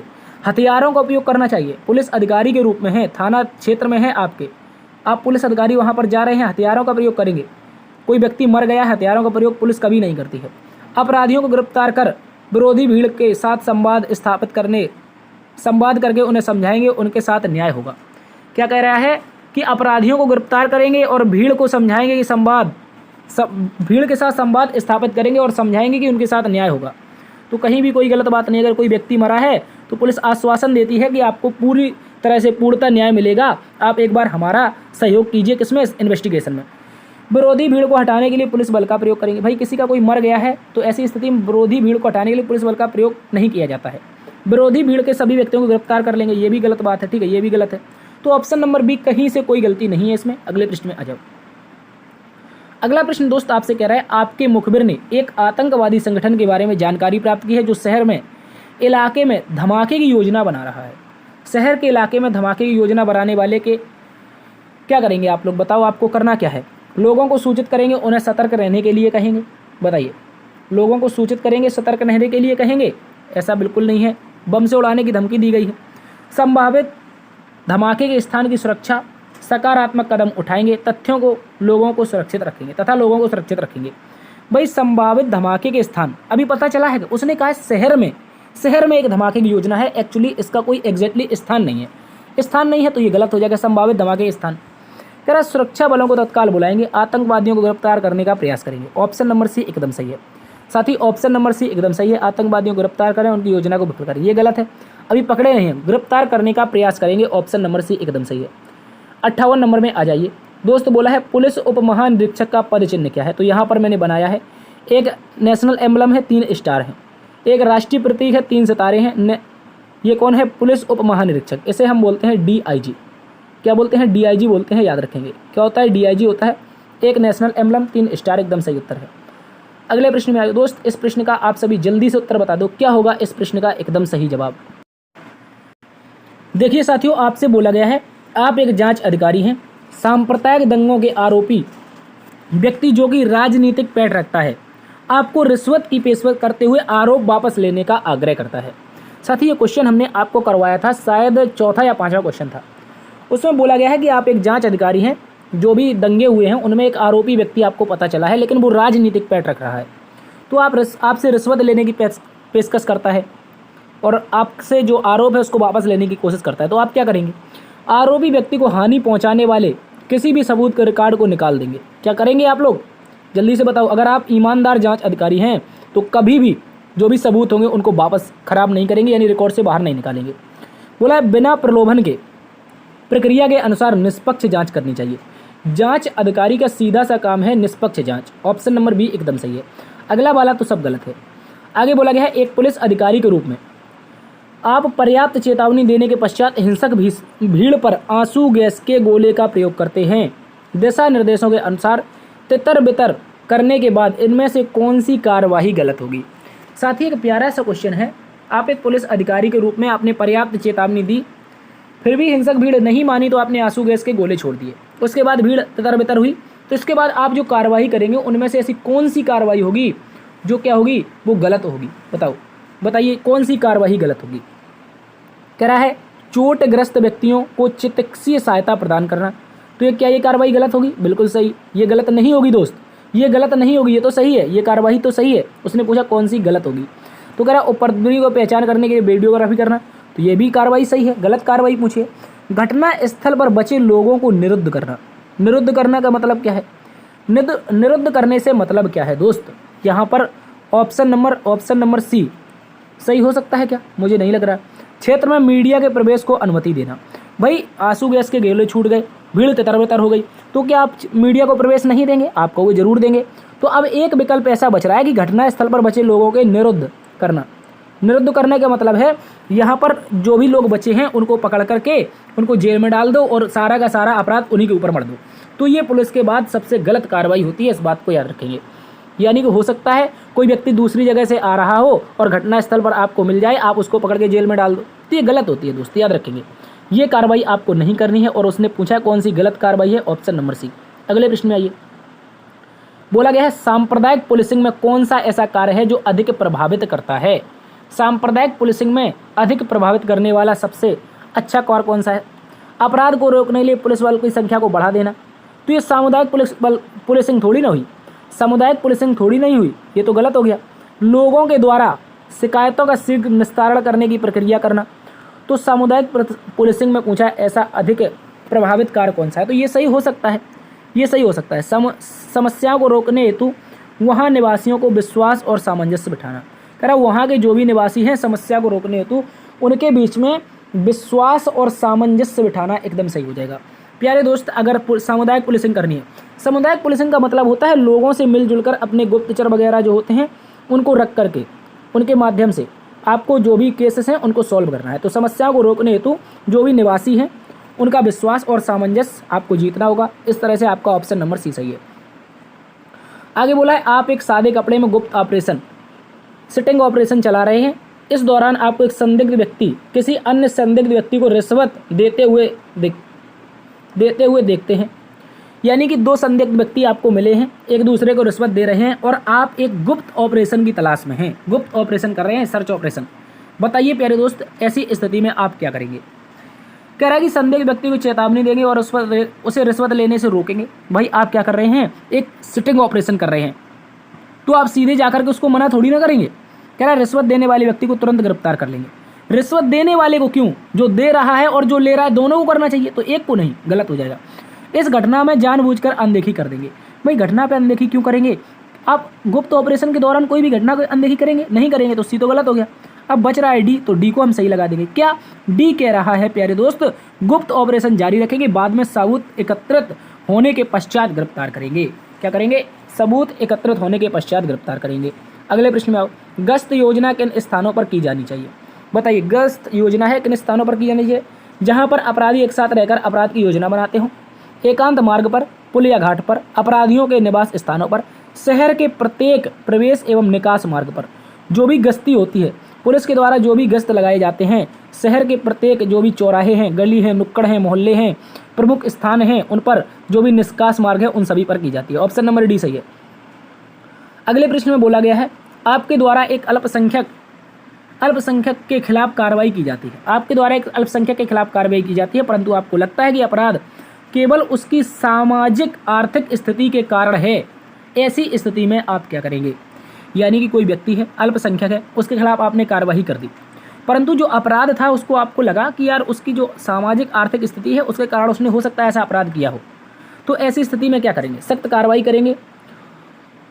उसने अपराध किया है, क्योंकि उसने अपराध किया है। अगर अपराध किया है तो सख्त कार्रवाई करेंगे। बताओ दोस्त, आप कहोगे करेंगे।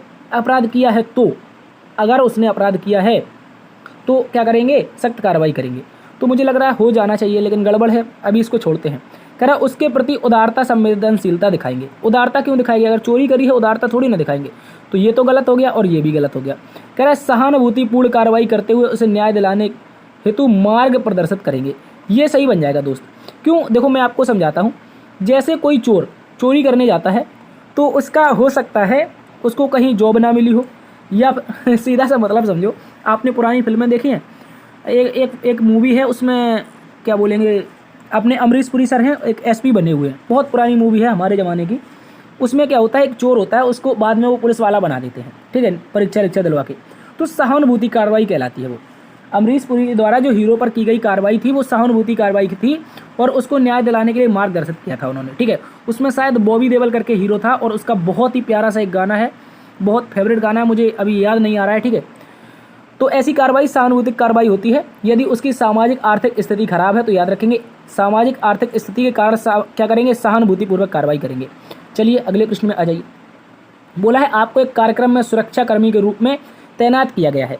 कार्यक्रम के दौरान कुछ पुरुष मेहमान महिलाओं के साथ जबरदस्ती डांस करने की कोशिश कर रहे हैं, ऐसे में आपकी प्रतिक्रिया क्या होगी? बताओ दोस्त, अभी ऐसी कंडीशन में मैं क्वेश्चन करवा चुके आपको पीछे। अगर कोई मेहमान है जबरदस्ती महिलाओं को क्या कर रहा है? जबरदस्ती महिलाओं के साथ डांस कर रहा है, या उनके साथ ज़बरदस्ती कुछ कर रहा है, तो क्या करेंगे? महिलाओं को ज़बरदस्ती डांस करने की कोशिश करने वाले पुरुषों को शांत करने की कोशिश करेंगे? जल्दी से बताओ, क्या आप जाकर के वहाँ शांत करने लगेंगे? नहीं भाई। कार्यक्रम के आयोजकों को सूचित करेंगे? नहीं, ऐसा भी नहीं है। इस मामले की पूरी तरह से अनदेखा? भाई अनदेखा क्यों करेंगे? महिलाओं के साथ अभद्रता हो रही है, आप अनदेखा करेंगे? बिल्कुल नहीं करेंगे भाई। इस मामले में हस्तक्षेप करेंगे और महिलाओं से पूछेंगे कि उन्हें कोई ज़रूरत की आवश्यकता तो नहीं है। हो सकता है आप दूर खड़े हों और कुछ लोग डांस कर रहे हों, पार्टी कर रहे हों, और हो सकता है महिला का हस्बैंड ही हो दारू पी के करने लगे। तो ऐसी स्थिति में आप वहाँ पर जाएंगे और महिलाओं से पूछेंगे कि आपको ज़रूरत तो नहीं है पुलिस की, आपको किसी प्रकार की मदद तो नहीं चाहिए। तो इस प्रकार से आप उनसे पूछेंगे, तब आपका सही उत्तर माना जाएगा। ऑप्शन नंबर डी सही है। अगले प्रश्न में आइए दोस्त। बोला है आप किसी भ्रष्टाचार मामले की जाँच कर रहे हैं, आपको पता चलता है कि आपके विभाग में एक वरिष्ठ अधिकारी भी इसमें शामिल है, तो क्या करेंगे? भाई विभाग का वरिष्ठ अधिकारी भ्रष्टाचार में शामिल है, भ्रष्टाचार के मामले को दबा देंगे? नहीं। भ्रष्टाचार के सबूतों को नष्ट कर देंगे? नहीं। क्यों कर रहे हैं हम नष्ट और दबा रहे हैं? क्योंकि हमारा वरिष्ठ अधिकारी उसमें शामिल है। अगर भ्रष्टाचार मामले की जांच कर रहे हैं दोस्त, याद रखेंगे आपको करना क्या है? अपने वरिष्ठ अधिकारियों को भ्रष्टाचार के सबूतों के साथ सूचित करेंगे। एकदम सही है। भ्रष्टाचार के बारे में मीडिया को बताएंगे, तो मीडिया को बताने का कोई औचित्य नहीं बनता है दोस्त। क्या है? मीडिया को बताने का औचित्य नहीं बनता है। जो भी वरिष्ठ अधिकारी उसमें शामिल हैं, उससे ऊपर के जो भी अधिकारी हैं उनको आप सूचित कर देंगे कि साहब ये फलाने साहब भी इसमें रिश्वत लेते हुए पकड़े गए हैं, बताओ क्या करना चाहिए। ऑप्शन नंबर सी एकदम सही है। अगले प्रश्न में आओ। अगला प्रश्न कह रहा है एक त्यौहार के दौरान भीड़ भाड़ वाली सड़क पर ट्रैफिक ड्यूटी करते समय ट्रैफिक सिग्नल खराब हो जाता है और ट्रैफिक पुलिसकर्मी को क्या करना चाहिए? अरे भाई सिग्नल खराब हो गया तो ट्रैफिक डाइवर्ट कर देना चाहिए। बताओ, वैकल्पिक मार्गों पर डाइवर्ट कर देना चाहिए? गलत हो जाएगा। यातायात रोक देगा? नहीं रोकेगा। यातायात को सुचारू रूप से संचालित करने के लिए हाथों का इशारा करना चाहिए। भाई यही तो भाई पुराने समय में होता था। आ जाओ, अब चले जाओ, अब आ जाओ, आप चले जाओ, अब आ जाओ, ठीक है। तो ट्रैफिक सिग्नल अधिकारी क्या करेगा? अगर ट्रैफिक सिग्नल खराब हो गया है तो दोस्तों वहाँ पर अपने हाथों का इशारा करते हुए यातायात को सुचारू रूप से संचालित करेगा। ठीक है, याद रखेंगे। ऑप्शन नंबर सी सही है। अगले प्रश्न में बोला है पुलिस का कार्य है। बताओ क्या है पुलिस का कार्य? अपराधियों को गिरफ्तार करके दंड देना। हमने कहा था दंड पुलिस नहीं देती है। अपराधियों का पता लगाना, उनको रोकना, समाज में कानून व्यवस्था स्थापित करना और बुनियादी कार्य करना। तो ऑप्शन नंबर बी सही हो सकता है। सभी वीआईपी श्रेणी के व्यक्तियों को सुरक्षा प्रदान करना। भाई हम तो गरीब से गरीब, अमीर से अमीर व्यक्ति की सुरक्षा करते हैं, केवल वीआईपी की नहीं करते हैं। जनता की सभी समस्याओं का समाधान खोजना। जनता की हर एक समस्या का समाधान आप नहीं खोज सकते हैं, याद रखेंगे, ठीक है। जनता की हर एक समस्या का समाधान आप नहीं खोज सकते। हो सकता है किसी की शादी नहीं हो रही हो, पुलिस वाले शादी थोड़ी ना करवाएंगे भाई। तो पुलिस का कार्य जो है वो केवल और केवल अपराधों का पता लगाना, उनको रोकना, समाज में कानून एवं व्यवस्था को स्थापित करना। अगले प्रश्न में आ जाओ। अगले प्रश्न में बोला है निम्नलिखित में से कौन सा पुलिस स्टेशन का अधिकारी होता है? पुलिस स्टेशन का कौन होता है? एसएचओ होता है। स्टेशन हाउस अधिकारी कौन होता है? स्टेशन हाउस ऑफिसर इसका सही उत्तर है, याद रखेंगे दोस्तों। क्या हो जाएगा? स्टेशन हाउस ऑफिसर एकदम सही उत्तर है। चलिए अब 70 नंबर प्रश्न में आ जाइए। इस प्रश्न का उत्तर बताओ। कह रहा है आप एक पुलिस अधिकारी हैं और दुर्भाग्य से आपकी तबीयत बिगड़ गई है, आपको चुनाव ड्यूटी पर नियुक्त किया गया है, आप ऐसी स्थिति में क्या करेंगे? अवकाश ले लेंगे? बताओ, छुट्टी लेके भाग जाओगे, तबीयत खराब हो गई, आपके स्थान पर किसी और को भेज देंगे? आप नहीं हो सकते भेजने वाले। आपके स्थान पर किसी और को भेजने वाले आपके वरिष्ठ अधिकारी होंगे। तो वरिष्ठ अधिकारियों को स्वास्थ्य की स्थिति के बारे में सूचित करेंगे। प्यारे दोस्त, ऑप्शन नंबर सी एकदम सही है मेरे साथी, ऑप्शन नंबर सी एकदम सही है। आ जाओ अगले प्रश्न में, जल्दी से बताओ। मज़ा आ रहा है क्लास में? मज़ा आ रहा है कि नहीं आ रहा है? अब देखो 70 71 अब दो क्वेश्चन करके आपके सामने हैं, ठीक है। यहाँ पर एक पीडीएफ में यानी कि एक स्लाइड में 2 क्वेश्चन हैं, आप इनको देखेंगे। 71 नंबर प्रश्न में कहा एक पुलिस अधिकारी के रूप में आपको अपनी वर्दी का रैंक प्रतीक पहचानना आवश्यक है। भारतीय पुलिस सेवा में पुलिस निरीक्षक के निम्नलिखित में से सही रैंक क्या है? निरीक्षक का मतलब अभी हम पीछे देख के हैं, स्टेशन हाउस ऑफिसर। क्या होता है? Station house officer, SHO। साथी SHO के लिए कितने स्टार होते हैं दोस्त? 3 स्टार होते हैं। कितने होते हैं? 3 स्टार होते हैं, याद रखेंगे। आगे बोला है पुलिस विभाग में जनसंपर्क अधिकारी PRO की प्राथमिक भूमिका क्या होती है? दोस्त PRO की प्राथमिक जो भूमिका होती है वो मीडिया एवं सार्वजनिक संचार को संभालना। साथी जो भी आपका PRO होता है, कौन होता है? जो भी मेरे दोस्त आपका PRO होता है उसकी जो मुख्य भूमिका होती है वो क्या होती है? मीडिया एवं सार्वजनिक संचार को संभालना। चलिए इस प्रश्न का अगले प्रश्न में चलते हैं। अगले प्रश्न में चलते हैं। अगले प्रश्न को बताओ। ग्रामीण क्षेत्रों में पुलिस के थाने का मुखिया क्या होता है? कौन होता है? पुलिस के थाने का मुखिया ग्रामीण क्षेत्रों में कौन होता है, ये बताना है। बता दो प्यारे दोस्त, नहीं बता पाओ। चौकी का पूछ रहा है भाई। ग्रामीण क्षेत्रों में जो छोटे छोटे पुलिस थाने बनाए जाते हैं उन्हें साथी चौकी कहा जाता है। क्या कहा जाता है? चौकी। और आपको बताना है कि जो भी चौकी होती है उसका मुखिया होता कौन है? कौन होता है बता सकते हो? आप बता सकते हो भाई। चौकी कौन होता है? SI चलाता है चौकी को। SI जिसे हम क्या कहते हैं? जिसे हम उप निरीक्षक कहते हैं। याद रखेंगे, 2 स्टार होते हैं इसके पास। आगे बोला है आप किसी कार्यक्रम में सुरक्षा कर्मी के रूप में तैनात हैं, कार्यक्रम में महिलाओं हेतु कोई शौचालय की अलग से व्यवस्था नहीं है, ऐसी स्थिति में आप क्या करेंगे? बताओ दोस्त। अगर शौचालय की कोई व्यवस्था नहीं है तो ऐसी स्थिति में क्या करना है दोस्त? जल्दी से बता दीजिए। बोला महिलाओं को पुरुषों के शौचालय का अनुपयोग करने हेतु कहेंगे। महिलाओं को पुलिसों के शौचालय का अनुपयोग करने हेतु कहेंगे। और बोला है आपसे संबंधित मामले में संबंधित मामले में ना होने से कुछ नहीं करेंगे। संबंधित मामला ना होने से कुछ नहीं करेंगे, तो ये तो गलत हो जाएगा भाई। कह रहा कार्यक्रम आयोजकों से बात करके महिलाओं को अलग से शौचालय की व्यवस्था करने का अनुरोध करेंगे, तो ये बिल्कुल सही है। अगर महिलाओं के पास वहाँ पर सुलभ शौचालय की व्यवस्था नहीं है तो आप जो भी कार्यक्रम के आयोजक होंगे उनसे आप वहाँ पर कहेंगे कि यहाँ पर ऐसी व्यवस्था नहीं है, आप इनको ऐसी व्यवस्था उपलब्ध करवाइए, ठीक है। इस बात को याद रखेंगे। ऑप्शन नंबर क्या है आपका? सी सही उत्तर है। अगले प्रश्न में आ जाओ। अब यहाँ पर देखते हैं, इसमें थोड़ी सी क्वालिटी बढ़ानी पड़ेगी यार, ठीक है। इसमें थोड़ी सी क्वालिटी बढ़ा लीजिए। आप एक पुलिस अधिकारी के रूप में तैनात हैं। मैं इसको थोड़ा सा पेन छोटा कर लेता हूँ। बोला है आप एक पुलिस अधिकारी के रूप में तैनात हैं। व्हाट्सएप ग्रुप से समाचार मिलता है कि कुछ लोग निषेधाज्ञा के बावजूद भी राजनीतिक रैली की योजना बना रहे हैं। व्हाट्सएप ग्रुप से क्या मिल रहा है? सूचना मिल रही है कि जो भी राजनीतिक रैलियाँ हैं उनमें क्या है? निषेधाज्ञा यानी कि बंद की गई हैं, लेकिन कुछ लोग उसकी योजना बना रहे हैं। निषेधाज्ञा का कड़ाई से पालन करने के लिए तैयार रहना चाहिए। बताओ। विद्रोही व्हाट्सएप ग्रुप की पोस्ट और आयोजकों को गिरफ्तार करना चाहिए, बिल्कुल सही है। ऑप्शन नंबर बी प्यारे दोस्तों बिल्कुल सही है। जो भी वहाँ पर योजना बना रहे हैं उन्होंने पोस्ट की होगी और उस पोस्ट के जो भी आयोजक हैं, जो भी आपके रैली के आयोजक हैं, उनमें क्या करना है? उन सभी को गिरफ्तार कर लेना है, ठीक है। अगला प्रश्न, जनहित याचिका PIL पब्लिक इंटरेस्ट लिटिगेशन बोला है। पब्लिक इंटरेस्ट लिटिगेशन के संबंध में कौन सा कथन सही है? कौन सा कथन सही है? जनहित याचिका न्यायालय के माध्यम से जनहित की पूर्ति का एकमात्र साधन है। जनहित याचिका जनहित की पूर्ति का केवल एक माध्यम है। जनहित याचिका जनहित पूर्ति के अनेक माध्यमों में से एक है। दोस्त याद रखेंगे ऑप्शन नंबर सी इसका सही उत्तर हो जाएगा। 76 का सी सही होगा। क्यों? क्योंकि प्यारे दोस्त अगर आप यहाँ पे देखें, बोला जनहित याचिका केवल एक माध्यम है। जनहित याचिका जनहित पूर्ति का केवल एक माध्यम, जनहित पूर्ति के और भी माध्यम हो सकते हैं। आगे बोला है न्यायालय के माध्यम से जनहित पूर्ति की जाती है, एकमात्र साधन है। न्यायालय के माध्यम से क्या एकमात्र जनहित पूर्ति का साधन है? नहीं भाई, नहीं है। जनहित याचिका जनहित पूर्ति के अनेक जो भी माध्यम हैं उनमें से एक माध्यम है। तो यहाँ पर सी एकदम सही हो जाएगा। सी मेरे दोस्त एकदम सही हो जाएगा। अगले प्रश्न में आ जाइए। अगला प्रश्न आपके पास 77-78 नंबर, 77-78 नंबर को देखते हैं। 77-78 नंबर में आपसे बोला गया है आप एक ऐसे क्षेत्र में गश्त लगा रहे हैं जहां पर ड्रग्स कारोबार होने की आशंका है। अपराध शास्त्र के दृष्टिकोण से आपके द्वारा इस तरीके की गतिविधियों की पहचान करने हेतु सबसे कारगर तरीका क्या होगा? उस क्षेत्र के सभी लोगों से पूछताछ करनी है। पहला तरीका क्या कह रहा है? सभी लोगों से पूछताछ करनी है और संदिग्धों की तलाश करनी है। क्या ये एक तरीका होगा? हो सकता है भाई। उस क्षेत्र में छापेमारी करना और साक्ष्य एकत्र करना, गुप्तचरों का जाल बिछाना और ड्रग्स सौदागरों को फंसाना, नशा मुक्ति केंद्रों के साथ मिलकर जागरूकता निभाना। तो भाई देखो यहाँ पर कह रहा है अपराध शास्त्र के दृष्टिकोण से जो भी गतिविधियां हो रही हैं किसकी? ड्रग्स कारोबार की। तो उस स्थिति में आपको क्या करना है? ड्रग्स कारोबार की जहां भी गतिविधियां चल रही हैं उनकी सूचना एकत्रित कीजिए और तुरंत छापेमारी कीजिए। वहां पर जो भी एविडेंस मिलते हैं उनको आप क्या करेंगे? एकत्रित करेंगे। अगला प्रश्न कह रहा है आपकी ड्यूटी का समय समाप्त हो गया परंतु आपके स्थान पर कोई दूसरा पुलिसकर्मी नहीं आया। ऐसी स्थिति में क्या करेंगे? याद रखेंगे दूसरे पुलिसकर्मी के आने तक ड्यूटी पर बने रहेंगे। ये भी एक चर्चित क्वेश्चन का उदाहरण है। यहाँ पर 78 का सी हो जाएगा और 77 का कौन सा है? 77 का प्यारे दोस्त बी है। 77 का बी है, ये ए वाला गलत है। याद रखेंगे ए वाला गलत है, 77 का बी, 78 का सी। अगले प्रश्न में आ जाओ।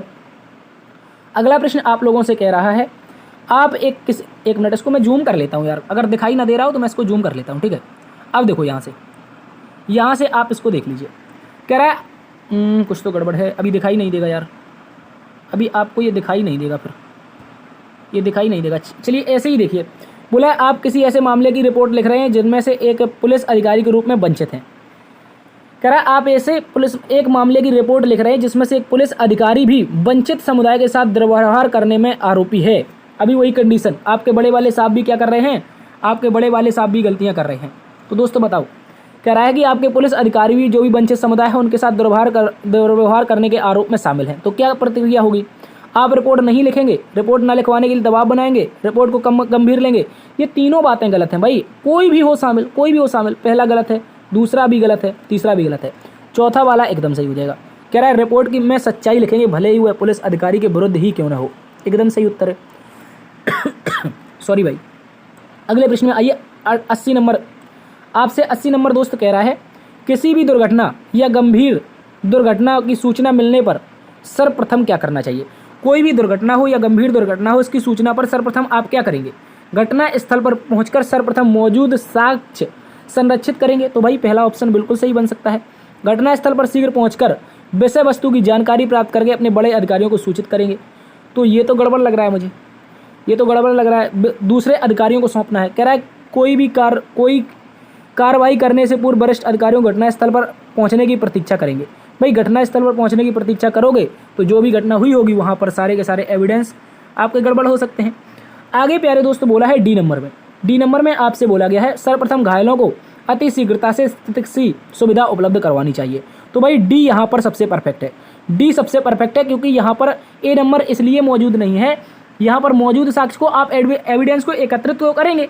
ये आपकी कंडीशन जो बनेगी ये केवल सेकंड कंडीशन के लिए बनेगी। किसके लिए? सेकंड कंडीशन बनेगी दोस्त।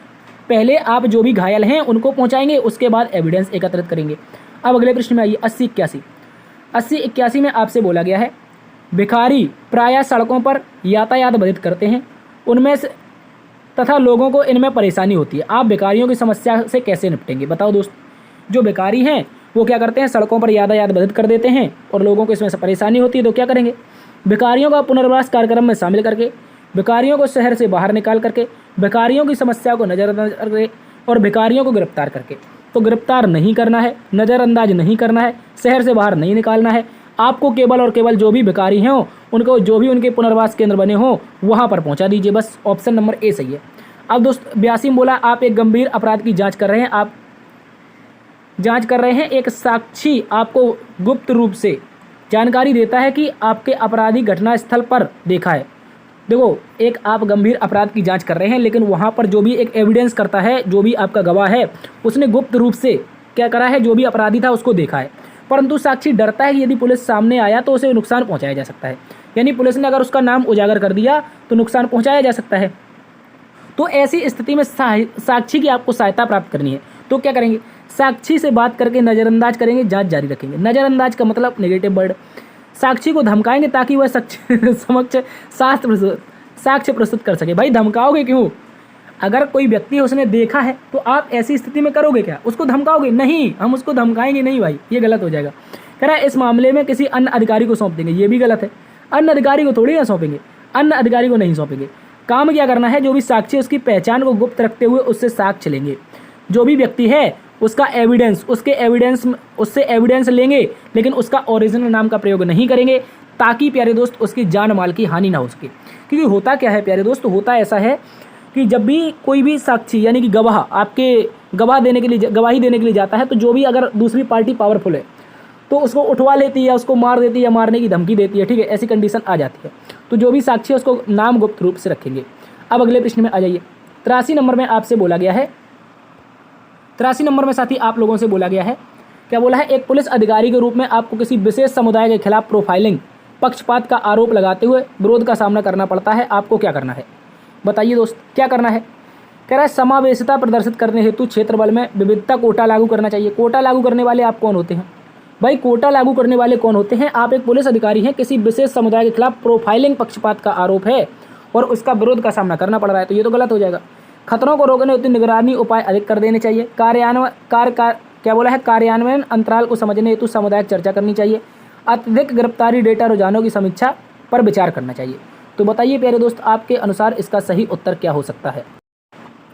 देखिए साथियों, बात यह है कि एक पुलिस अधिकारी के रूप में आप किसी विशेष समुदाय के खिलाफ प्रोफाइलिंग, पक्षपात के आरोप लगाते हुए विरोध का सामना कर रहे हैं। यानी आपने क्या किया, कोई विशेष समुदाय था, उसके खिलाफ कोई भी पक्षपात या प्रोफाइलिंग की है, तो उसका आरोप लगा रहा है समुदाय, और आप उस समुदाय के विरोध का सामना कर रहे हैं। तो क्या करना है, खतरों को रोकने हेतु निगरानी उपाय अधिक करने चाहिए। तो भाई ये बन सकता है, लेकिन गलत होगा। समावेशिता प्रदर्शित करने हेतु क्षेत्र में बल विविधता कोटा हमने बताया नहीं लागू करेंगे, और कार्यान्वयन अंतराल को समझने हेतु सामुदायिक चर्चा आयोजित करनी चाहिए। तो चूंकि एक विशेष समुदाय है तो सामुदायिक चर्चा तो बनती है। अत्यधिक गिरफ्तारी डेटा रुझानों के प्रति समीक्षा के बारे में विचार, ये गलत हो जाएगा। ऑप्शन नंबर सी एकदम सही है, याद रखेंगे। अगले प्रश्न में आ जाइए। अगला प्रश्न 84 और 85 नंबर। 84 और 85 नंबर भाई, इसमें थोड़ा फ़ॉन्ट गड़बड़ हो गया है, आप इसको थोड़ा सा क्वालिटी बढ़ा लीजिए, 360 कर लीजिए भाई, आपको अच्छे से दिख जाएगा। कह रहा है दिए गए पुलिस रैंक को उच्च क्रम में निचले क्रम में विस्तृत कीजिए। ये तो मैंने करवाया है, ये करवाया है, आप इसको होमवर्क में करेंगे, इसको आप होमवर्क में करेंगे, ये अभी मैंने करवाया था। भारत में आर्थिक अपराधों के खिलाफ कार्रवाई एवं भ्रष्टाचार से जुड़े मामले की गहन जांच करने में प्रमुख भूमिका निभाने वाली संस्था कौन है? तो भाई जो भी भारत में आर्थिक अपराध होते हैं उनके खिलाफ जो भी कार्रवाई होती है, उन्हें भ्रष्टाचार से जुड़ी जो मामले होते हैं, अभी चर्चा में रही थी भ्रष्टाचार के मामले में, कौन चर्चा में रहा था भाई? ईडी। क्योंकि अभी मुख्यमंत्री अरविंद केजरीवाल जी, हेमंत सोरेन जी, इन सभी को क्या कर लिया था, गिरफ्तार कर लिया था, ठीक है। और ऐसा कहा गया कि मोदी जी के खिलाफ इन लोगों ने फिर अफवाह फैलाई कि इन लोगों ने करवाया ऐसा वैसा, और मामला कुछ और था, ठीक है। भ्रष्टाचार के मामले हैं, तो ऑप्शन नंबर बी इसमें अलग हो जाएगा। अगले प्रश्न में पूछा है, एक पुलिस अधिकारी के रूप में, ठीक है, एक पुलिस अधिकारी के रूप में आप दहेज हिंसा से पीड़ित किसी महिला की शिकायत का जवाब देते हैं। दहेज हिंसा से पीड़ित एक महिला है, उसकी शिकायत का जवाब देते हैं, तो आप क्या करेंगे? इसे सामान्य घटनाक्रम के रूप में जांच करनी चाहिए। सामान्य घटनाक्रम भाई गलत हो जाएगा, क्योंकि महिला हिंसा की, दहेज हिंसा से पीड़ित है, तो सामान्य घटनाक्रम नहीं होगा। महिला सेल प्रतिनिधि से प्रारंभिक चर्चा करनी चाहिए, सही हो जाएगा। जो भी महिला सेल की प्रतिनिधि है उससे प्रारंभिक चर्चा उस महिला की करवानी चाहिए। मामले के बारे में अधिक जानकारी प्राप्त करने के लिए पीड़ित से अकेले में मुलाकात। क्या भाई आप पुलिस वाले अकेले में मुलाकात करेंगे? नहीं, गलत हो जाएगा। विभागीय हस्तक्षेप को न्यूनतम करने के लिए किसी सामान्य व्यक्ति को संदर्भित करना चाहिए। यानी कि पुलिस वाले अपना काम ना करें, कोई जनता में से उठाए और उसमें से पूरी की पूरी घटनाक्रम की जानकारी कहे कि जाओ उनसे मामला निपटवा लो। आप भाई पुलिस वाले दूसरे थोड़ी ना डालेंगे। ऑप्शन नंबर बी सही है, महिला सेल अधिकारी की चर्चा करनी चाहिए। अब 87 नंबर बोला, एक पुलिस अधिकारी के रूप में आप एक आपराधिक जांच में शामिल हैं, जांच के पश्चात पता चलता है कोई अपराध हुआ ही नहीं है। ऐसी स्थिति में निम्नलिखित में से उस दस्तावेज का नाम क्या होगा जो जांच पूरी करने के पश्चात जमा किया जाता है? तो भाई जब जांच पूरी हो जाती है उसमें जारी की जाती है फाइनल रिपोर्ट। 87 का डी एकदम सही हो जाएगा। फाइनल रिपोर्ट इसका सही उत्तर है। अगले प्रश्न में आइए। अगले प्रश्न में 88 नंबर में बोला गया है, एक पुलिस अधिकारी के रूप में आप एक प्रतिष्ठित आभूषण के शोरूम में मैनेजर के बंधकों से चल रही सशस्त्र डकैती के बारे में घबराहट भरी कॉल आती है। मानक संचालन प्रक्रियाओं के अनुसार इनमें से किसी तत्काल प्रक्रिया क्या होनी चाहिए? इनमें से आपकी तत्काल प्रक्रिया क्या होगी? देखो मेरी बात को समझो दोस्त, प्रतिष्ठित आभूषण शोरूम है, उसके मैनेजर को बंधक बना लिया है और सशस्त्र डकैती हो रही है वहाँ पर। तो ऐसे में आपकी तत्काल प्रक्रिया क्या होगी? अधिक से अधिक जानकारी एकत्रित करने हेतु सोशल मीडिया का प्रयोग करेंगे, बिना किसी बैकअप के सीधे अपराध स्थल पर पहुंच जाएंगे। तो सोशल मीडिया का प्रयोग मुझे नहीं लगता है करना चाहिए। अधिक से अधिक कह रहा है अकेले पहुंच जाना चाहिए। आपातकालीन सेवाओं को सूचित करेंगे और उनके साथ समन्वय स्थापित करेंगे। ऑप्शन नंबर सी एकदम सही हो सकता है। उस क्षेत्र को अलग करने हेतु सीमा चौकियां स्थापित करेंगे। उस क्षेत्र को अलग करने हेतु सीमा चौकियां स्थापित करेंगे। जल्दी से बताओ इस प्रश्न का सही उत्तर क्या होगा? ऑप्शन नंबर सी थोड़ा सस्पेंस में है। आप बताइए आपके अनुसार आपको क्या लगता है? बता दो मेरे साथी क्या होगा इसका सही जवाब। अरे भाई सी ही सही होगा, ठीक है, ये कन्फ्यूजन करने के लिए है, सी ही सही होगा। बोर तो नहीं हो रहे हो कोई? जल्दी से बताओ, कोई बोर तो नहीं हो रहा है यहाँ पे? अगले प्रश्न को देखते हैं 89 नंबर। जब कोई प्रतियोगी छात्र, एक मिनट यहाँ पर देखते हैं अलग से, कह रहा है जब कोई प्रतियोगी छात्र भारतीय पुलिस सेवा में शामिल होने हेतु चयन प्रक्रिया के बारे में पूछेगा तो आप क्या करेंगे? उस पर गुस्सा करेंगे? नहीं भाई, ये हमने कल करवाया है, ये क्वेश्चन तो हमने कल ही करवाया है। उसमें आपको क्या करना है, उन्हें भर्ती प्रक्रिया को समझाना है, पूरी की पूरी भर्ती प्रक्रिया को आपको समझाना है। ये आपका ऑप्शन नंबर सी सही हो जाएगा। अगले प्रश्न में आ जाओ। अगले प्रश्न में बोला है आप एक ऐसे व्यक्ति की शिकायत सुन रहे हैं जो दावा करता है कि पुलिस उससे दुर्व्यवहार कर रही है। देखो कहाँ पे लिखा है, मैं आपको एक बार कलर से बता देता हूँ। आप एक ऐसे व्यक्ति की शिकायत सुन रहे हैं जो दावा करता है कि पुलिस ने उससे दुर्व्यवहार किया है, वह व्यक्ति वंचित समुदाय से है। आपकी प्रतिक्रिया क्या होगी? उस व्यक्ति को शिकायत को नज़रअंदाज करेंगे? नहीं, नज़रअंदाज नहीं, उसकी शिकायत लेनी है। उस व्यक्ति की शिकायत को गंभीरता से लेंगे और उस शिकायत का निष्पक्ष जांच करेंगे। ऑप्शन नंबर बी एकदम सही है। झूठी शिकायत के आधार पर गिरफ्तार गलत हो जाएगा। उस व्यक्ति की सलाह देंगे कि शिकायत करने को ना कहे। तो ऑप्शन नंबर बी सही है। आपको क्या करना है, जो भी व्यक्ति है उसकी निष्पक्ष जांच करनी है, विशेषकर अगर वो वंचित समुदाय से है तो। ऑप्शन नंबर बी सही है। अब 91 नंबर को देख लेते हैं। बोला है प्यारे दोस्त, उस समूह के लोगों को प्रदर्शन करने के दौरान चक्का जाम कर दिया, एक समूह के लोगों ने प्रदर्शन के दौरान चक्का जाम कर दिया जिससे आवागमन बाधित हो गया। ऐसी स्थिति में पुलिस क्या कार्रवाई करेगी?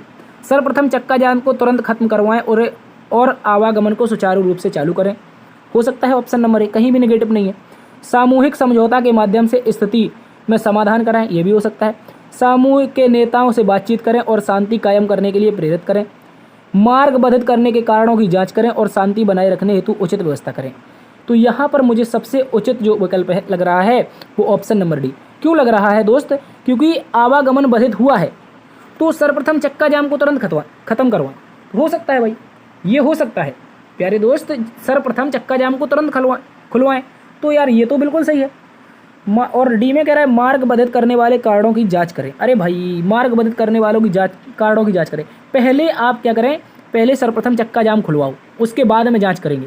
पहले जाम खुलवाओ, उनसे कहो पहले आप जाम खोलो, उसके बाद हम तुम्हारी जांच करेंगे, निष्पक्ष कार्रवाई करेंगे, आपको पूरी सांत्वना देते हैं, यानी कि या कह सकते हैं पूरी उम्मीद देते हैं। अब अगले प्रश्न में आइए। 92 नंबर में बोला है, 92 नंबर में आपसे बोला है आप एक सादे कपड़े में ड्यूटी पर तैनात है, उसी समय दुकान पर एक डकैती होते हुए देखते हैं। ऐसी स्थिति में आप क्या करेंगे? भाई डकैती हो रही है दुकान में और सादे कपड़े में आप तैनात हैं, बताओ क्या करेंगे? अपने वरिष्ठ अधिकारियों को सूचित कर पुलिस बल की प्रतीक्षा करेंगे। बताओ, अपने वरिष्ठ अधिकारियों को सूचित करेंगे और पुलिस बल की प्रतीक्षा करेंगे, क्योंकि आप सादे वर्दी में हैं तो ये हो सकता है। सादे वर्दी में हैं दोस्त, इसलिए पुलिस बल के आने की प्रतीक्षा करेंगे। चुपचाप देखते रहेंगे, इसके पश्चात पुलिस को सूचित करेंगे? नहीं, दुकान में घुसकर डाकुओं का सामना करेंगे। दुकान में घुसकर डाकुओं का सामना करेंगे। अगर भाई डकैती हो रही है और आप सादा वर्दी में हैं, आपके पास वर्दी नहीं है और आपके पास आपके हथियार भी नहीं है, तो साथी याद रखेंगे आप एकदम उनका सामना नहीं करेंगे। वर्दी पहनने के लिए वापस आएंगे, पुनः कार्रवाई करने के तैयार होंगे। तो दोस्त आप वापस आएंगे तब तक हो सकता है चोरी होकर चले जाए, तो सीधा आपको वरिष्ठ अधिकारियों को सूचित कर देना है और जो भी पुलिस बल है उसकी आने की प्रतीक्षा करना है। ऑप्शन नंबर ए सही है। अब 93 नंबर का ये है, बोला है आप अकेले गश्त लगा रहे हैं, सुनसान क्षेत्र में एक व्यक्ति को देखते हैं, वह व्यक्ति आपसे देखते ही भागने लगता है। ऐसी स्थिति में आप क्या करेंगे? भाई बताओ, सुनसान क्षेत्र में आप क्या कर रहे थे? गश्त लगा रहे थे और जैसे ही पुलिस को देखा व्यक्ति भागने लगा, तो क्या करोगे? भागने व्यक्ति को रोकेंगे? भागते व्यक्ति को रोकेंगे? भागने वाले व्यक्ति को रोकने के लिए कहेंगे? नहीं तो उसे गोली मार देंगे। भाई गोली मार देंगे, ये तो गलत हो गया। ये चीज़ें कुछ गलत होती हैं, जिन चीज़ों को देखकर हंसी आती है वो सीधी सीधी गलत होती हैं, ठीक है। कह रहा है व्यक्ति के भागने के कारण को जानने हेतु उसका पीछा करेंगे। तो ये भी हो सकता है, ये भी हो सकता है दोस्त, ये भी आपका हो सकता है, व्यक्ति के भागने के जानने का कारण हेतु उसका पीछा करेंगे, बिल्कुल सही है। ये ऑप्शन नंबर सी दोस्त एकदम सही है, याद रखेंगे। ऑप्शन नंबर डी में कह रहा है तुरंत उसे पकड़कर कंट्रोल रूम में सूचित करेंगे। भाई ऐसा नहीं है, ऑप्शन नंबर सी एकदम सही है। व्यक्ति को भागने का जो भी कारण हो उसको जानेंगे, जानने के लिए अगर वो नहीं रुक रहा है तो उसका पीछा करेंगे, ठीक है, याद रखेंगे। ऑप्शन नंबर सी सही है। अब 94 और 95 नंबर में आ जाइए। बोला गया है साथियों, हत्या के मामले में एक मुख्य साक्षी FIR कराना चाहता है, परंतु मामला आपके थाने के क्षेत्राधिकार में नहीं आता है। साथी कह रहा है कि एक हत्या का मामला है, उसमें कोई एक जो मुख्य गवाह है उसने देखा हत्या होते हुए, वो FIR कराना चाहता है, परंतु जो मामला है वो आपके थाने का नहीं है। तो ऐसी स्थिति में आप क्या करेंगे बताओ मेरे दोस्त। अगर मामला आपका थाने का नहीं है तो क्या करोगे? तो उसका FIR दर्ज करने से मना कर देंगे, गलत, ये गलत हो जाएगा। उसके थाने में FIR दर्ज करने के लिए कहेंगे जिसके क्षेत्र में वह आता हो। भाई अगर हत्या हुई है तो दोस्त जब तक वो दूसरे थाने क्षेत्र में जाएगा, हो सकता है वहाँ पर जो मौजूद एविडेंस हो वो मिटा दिए जाएँ, तो ये गलत हो जाएगा दोस्त, याद रखेंगे। FIR दर्ज ना करके उसे न्यायालय में भेजने को कहेंगे, तो ये भी गलत है दोस्त, याद रखेंगे। जब भी आपके क्षेत्राधिकार में नहीं आती है कोई चीज़, जब भी आपके क्षेत्राधिकार में कोई एरिया नहीं आता है और वहाँ पे अपराध हो जाता है, तो सबसे पहले वहाँ पर 0 FIR दर्ज की जाती है। 0 FIR दर्ज करके अपने जो अधीनस्थ थाना है, यानी उस क्षेत्र का जो थाना है उसको ट्रांसफ़र की जाती है। तो 0 FIR एकदम सही उत्तर हो जाएगा, याद रखेंगे। 95 में बोला है पुलिस महानिदेशक के लिए पद चिन्ह क्या है? पुलिस महानिदेशक के लिए, तो भाई मैंने पद चिन्ह सबसे बताए थे आपके लिए, सबसे पहले बताए थे, लगभग 12वां 13वां क्वेश्चन था। तो आपके लिए ये क्वेश्चन भी होमवर्क रहेगा दोस्त।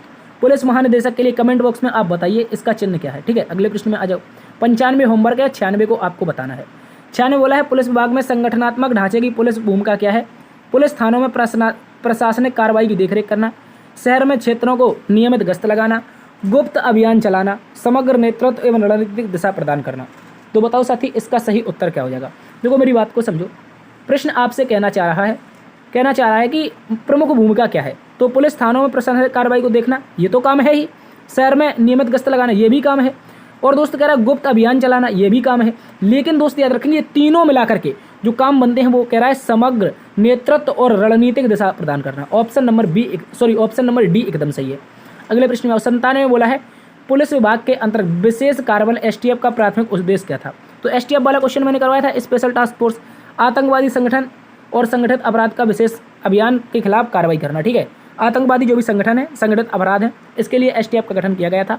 और आपको पता होगा एक गुंडा हुआ था 1990 के दशक में, उसका नाम आप बता सकते हैं, उसी के कारण STF का गठन हुआ था। क्वेश्चन सर्च करना यूट्यूब गूगल पे, कहना कि STF का गठन किस गुंडे के लिए हुआ था, तो आपको उसका नाम बता दिया जाएगा, कोई तिवारी करके था, ठीक है।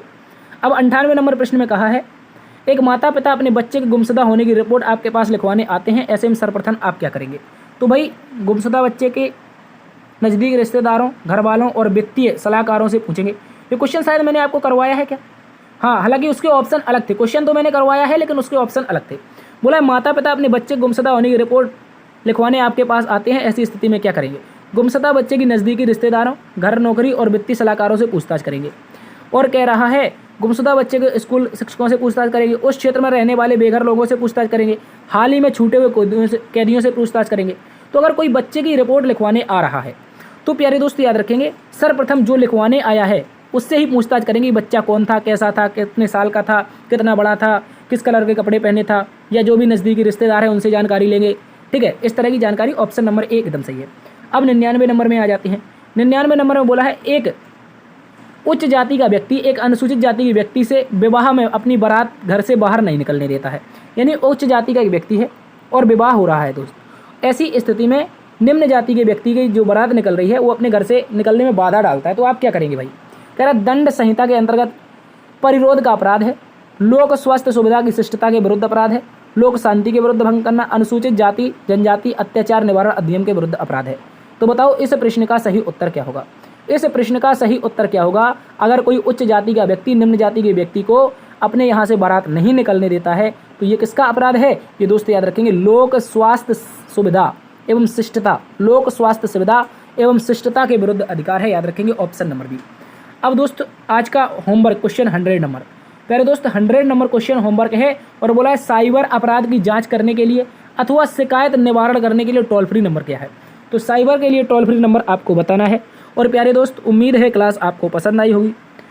बस यार, उम्मीद है पसंद आई होगी। शायद मैंने बहुत मेहनत की है, 100 क्वेश्चन आपको करवाए हैं। लगभग कितना समय हो चुका है, 1 घंटा 44 मिनट का समय हो चुका है यार। ठीक है, तो पसंद आई है। और भाई विश्वास करना, एक बार विश्वास क्या है, विश्वास करना पड़ेगा आप लोगों को।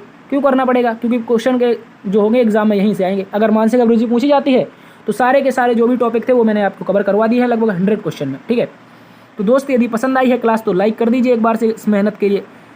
एक बार सेशन में कमेंट कर दीजिए, एक प्यारी सी कमेंट करके जाइए। जो भी हमने क्वेश्चन पूछे उनके आंसर बताइए। दोस्तों में सेशन को शेयर भी कर दीजिए। चैनल पर पहली बार आए तो सब्सक्राइब करके बेल आइकन ऑन कर लें, ताकि आने वाली जो भी क्लासेस हो उनका अपडेट आपको मिलता रहे। तो फिलहाल मेरे प्यारे साथियों, हौसला बनाए रखना है, डरना बिल्कुल भी नहीं है। और कल एक आपके लिए रीजनिंग की एक और क्लास लाएंगे, लगभग 50 क्वेश्चन की हो सका। अगर टाइम मिला तो ज़रूर लेकर के आएंगे। मानसिक अभिरुचि की मैंने बात की थी, मैराथन लेकर आएंगे। मैराथन आई है और हो सकता है ये अपने यूट्यूब के इतिहास की शायद सबसे लंबी क्लास है। हाँ, अपने जो जितनी अपन ने जो क्लासें करवाई हैं उनमें सबसे लंबी क्लास यही है। नहीं, ये नहीं है। इससे पहले मैंने यूपी पुलिस के लिए मैराथन करवाई थी शायद, वो शायद 6 घंटे की एक मैराथन करवाई थी। तो ये सेकंड बड़ी हो गई है। एक मैं 6 घंटे की करवा चुका हूँ, वो आपकी यूपी पुलिस की, वो आप देख लेना वहाँ पे। ठीक है, मानसिक अभिरुचि भी मैंने वहाँ पे करवाई और 6 घंटे की क्लास भी करवाई है दोस्त। अभी उसको मैं फ्रंट में लगवा दूंगा आपके, और वहाँ से जाकर के आप देख लीजिएगा। 6 घंटे की जो क्लास है वो एक इंपॉर्टेंट क्लास है प्यारे दोस्त, वो आप देख लीजिए। उसके लिए प्ले लिस्ट बना दूंगा। ठीक है, उसके लिए प्ले लिस्ट बना दूंगा, प्ले लिस्ट से जाकर के आप लोग देख लीजिएगा। चलिए, तो फिर मिलते हैं नई वीडियो में। डरना बिल्कुल भी नहीं, अच्छे से पेपर देना है। जो भी अब तक हुआ है होता रहेगा, चलता रहेगा, टेंशन फ्री रहना है। मिलते हैं नई वीडियो में, तब तक के लिए अपना ख्याल रखना, मस्त रहना, स्वस्थ रहना। जय हिंद, जय भारत, जय मां सरस्वती।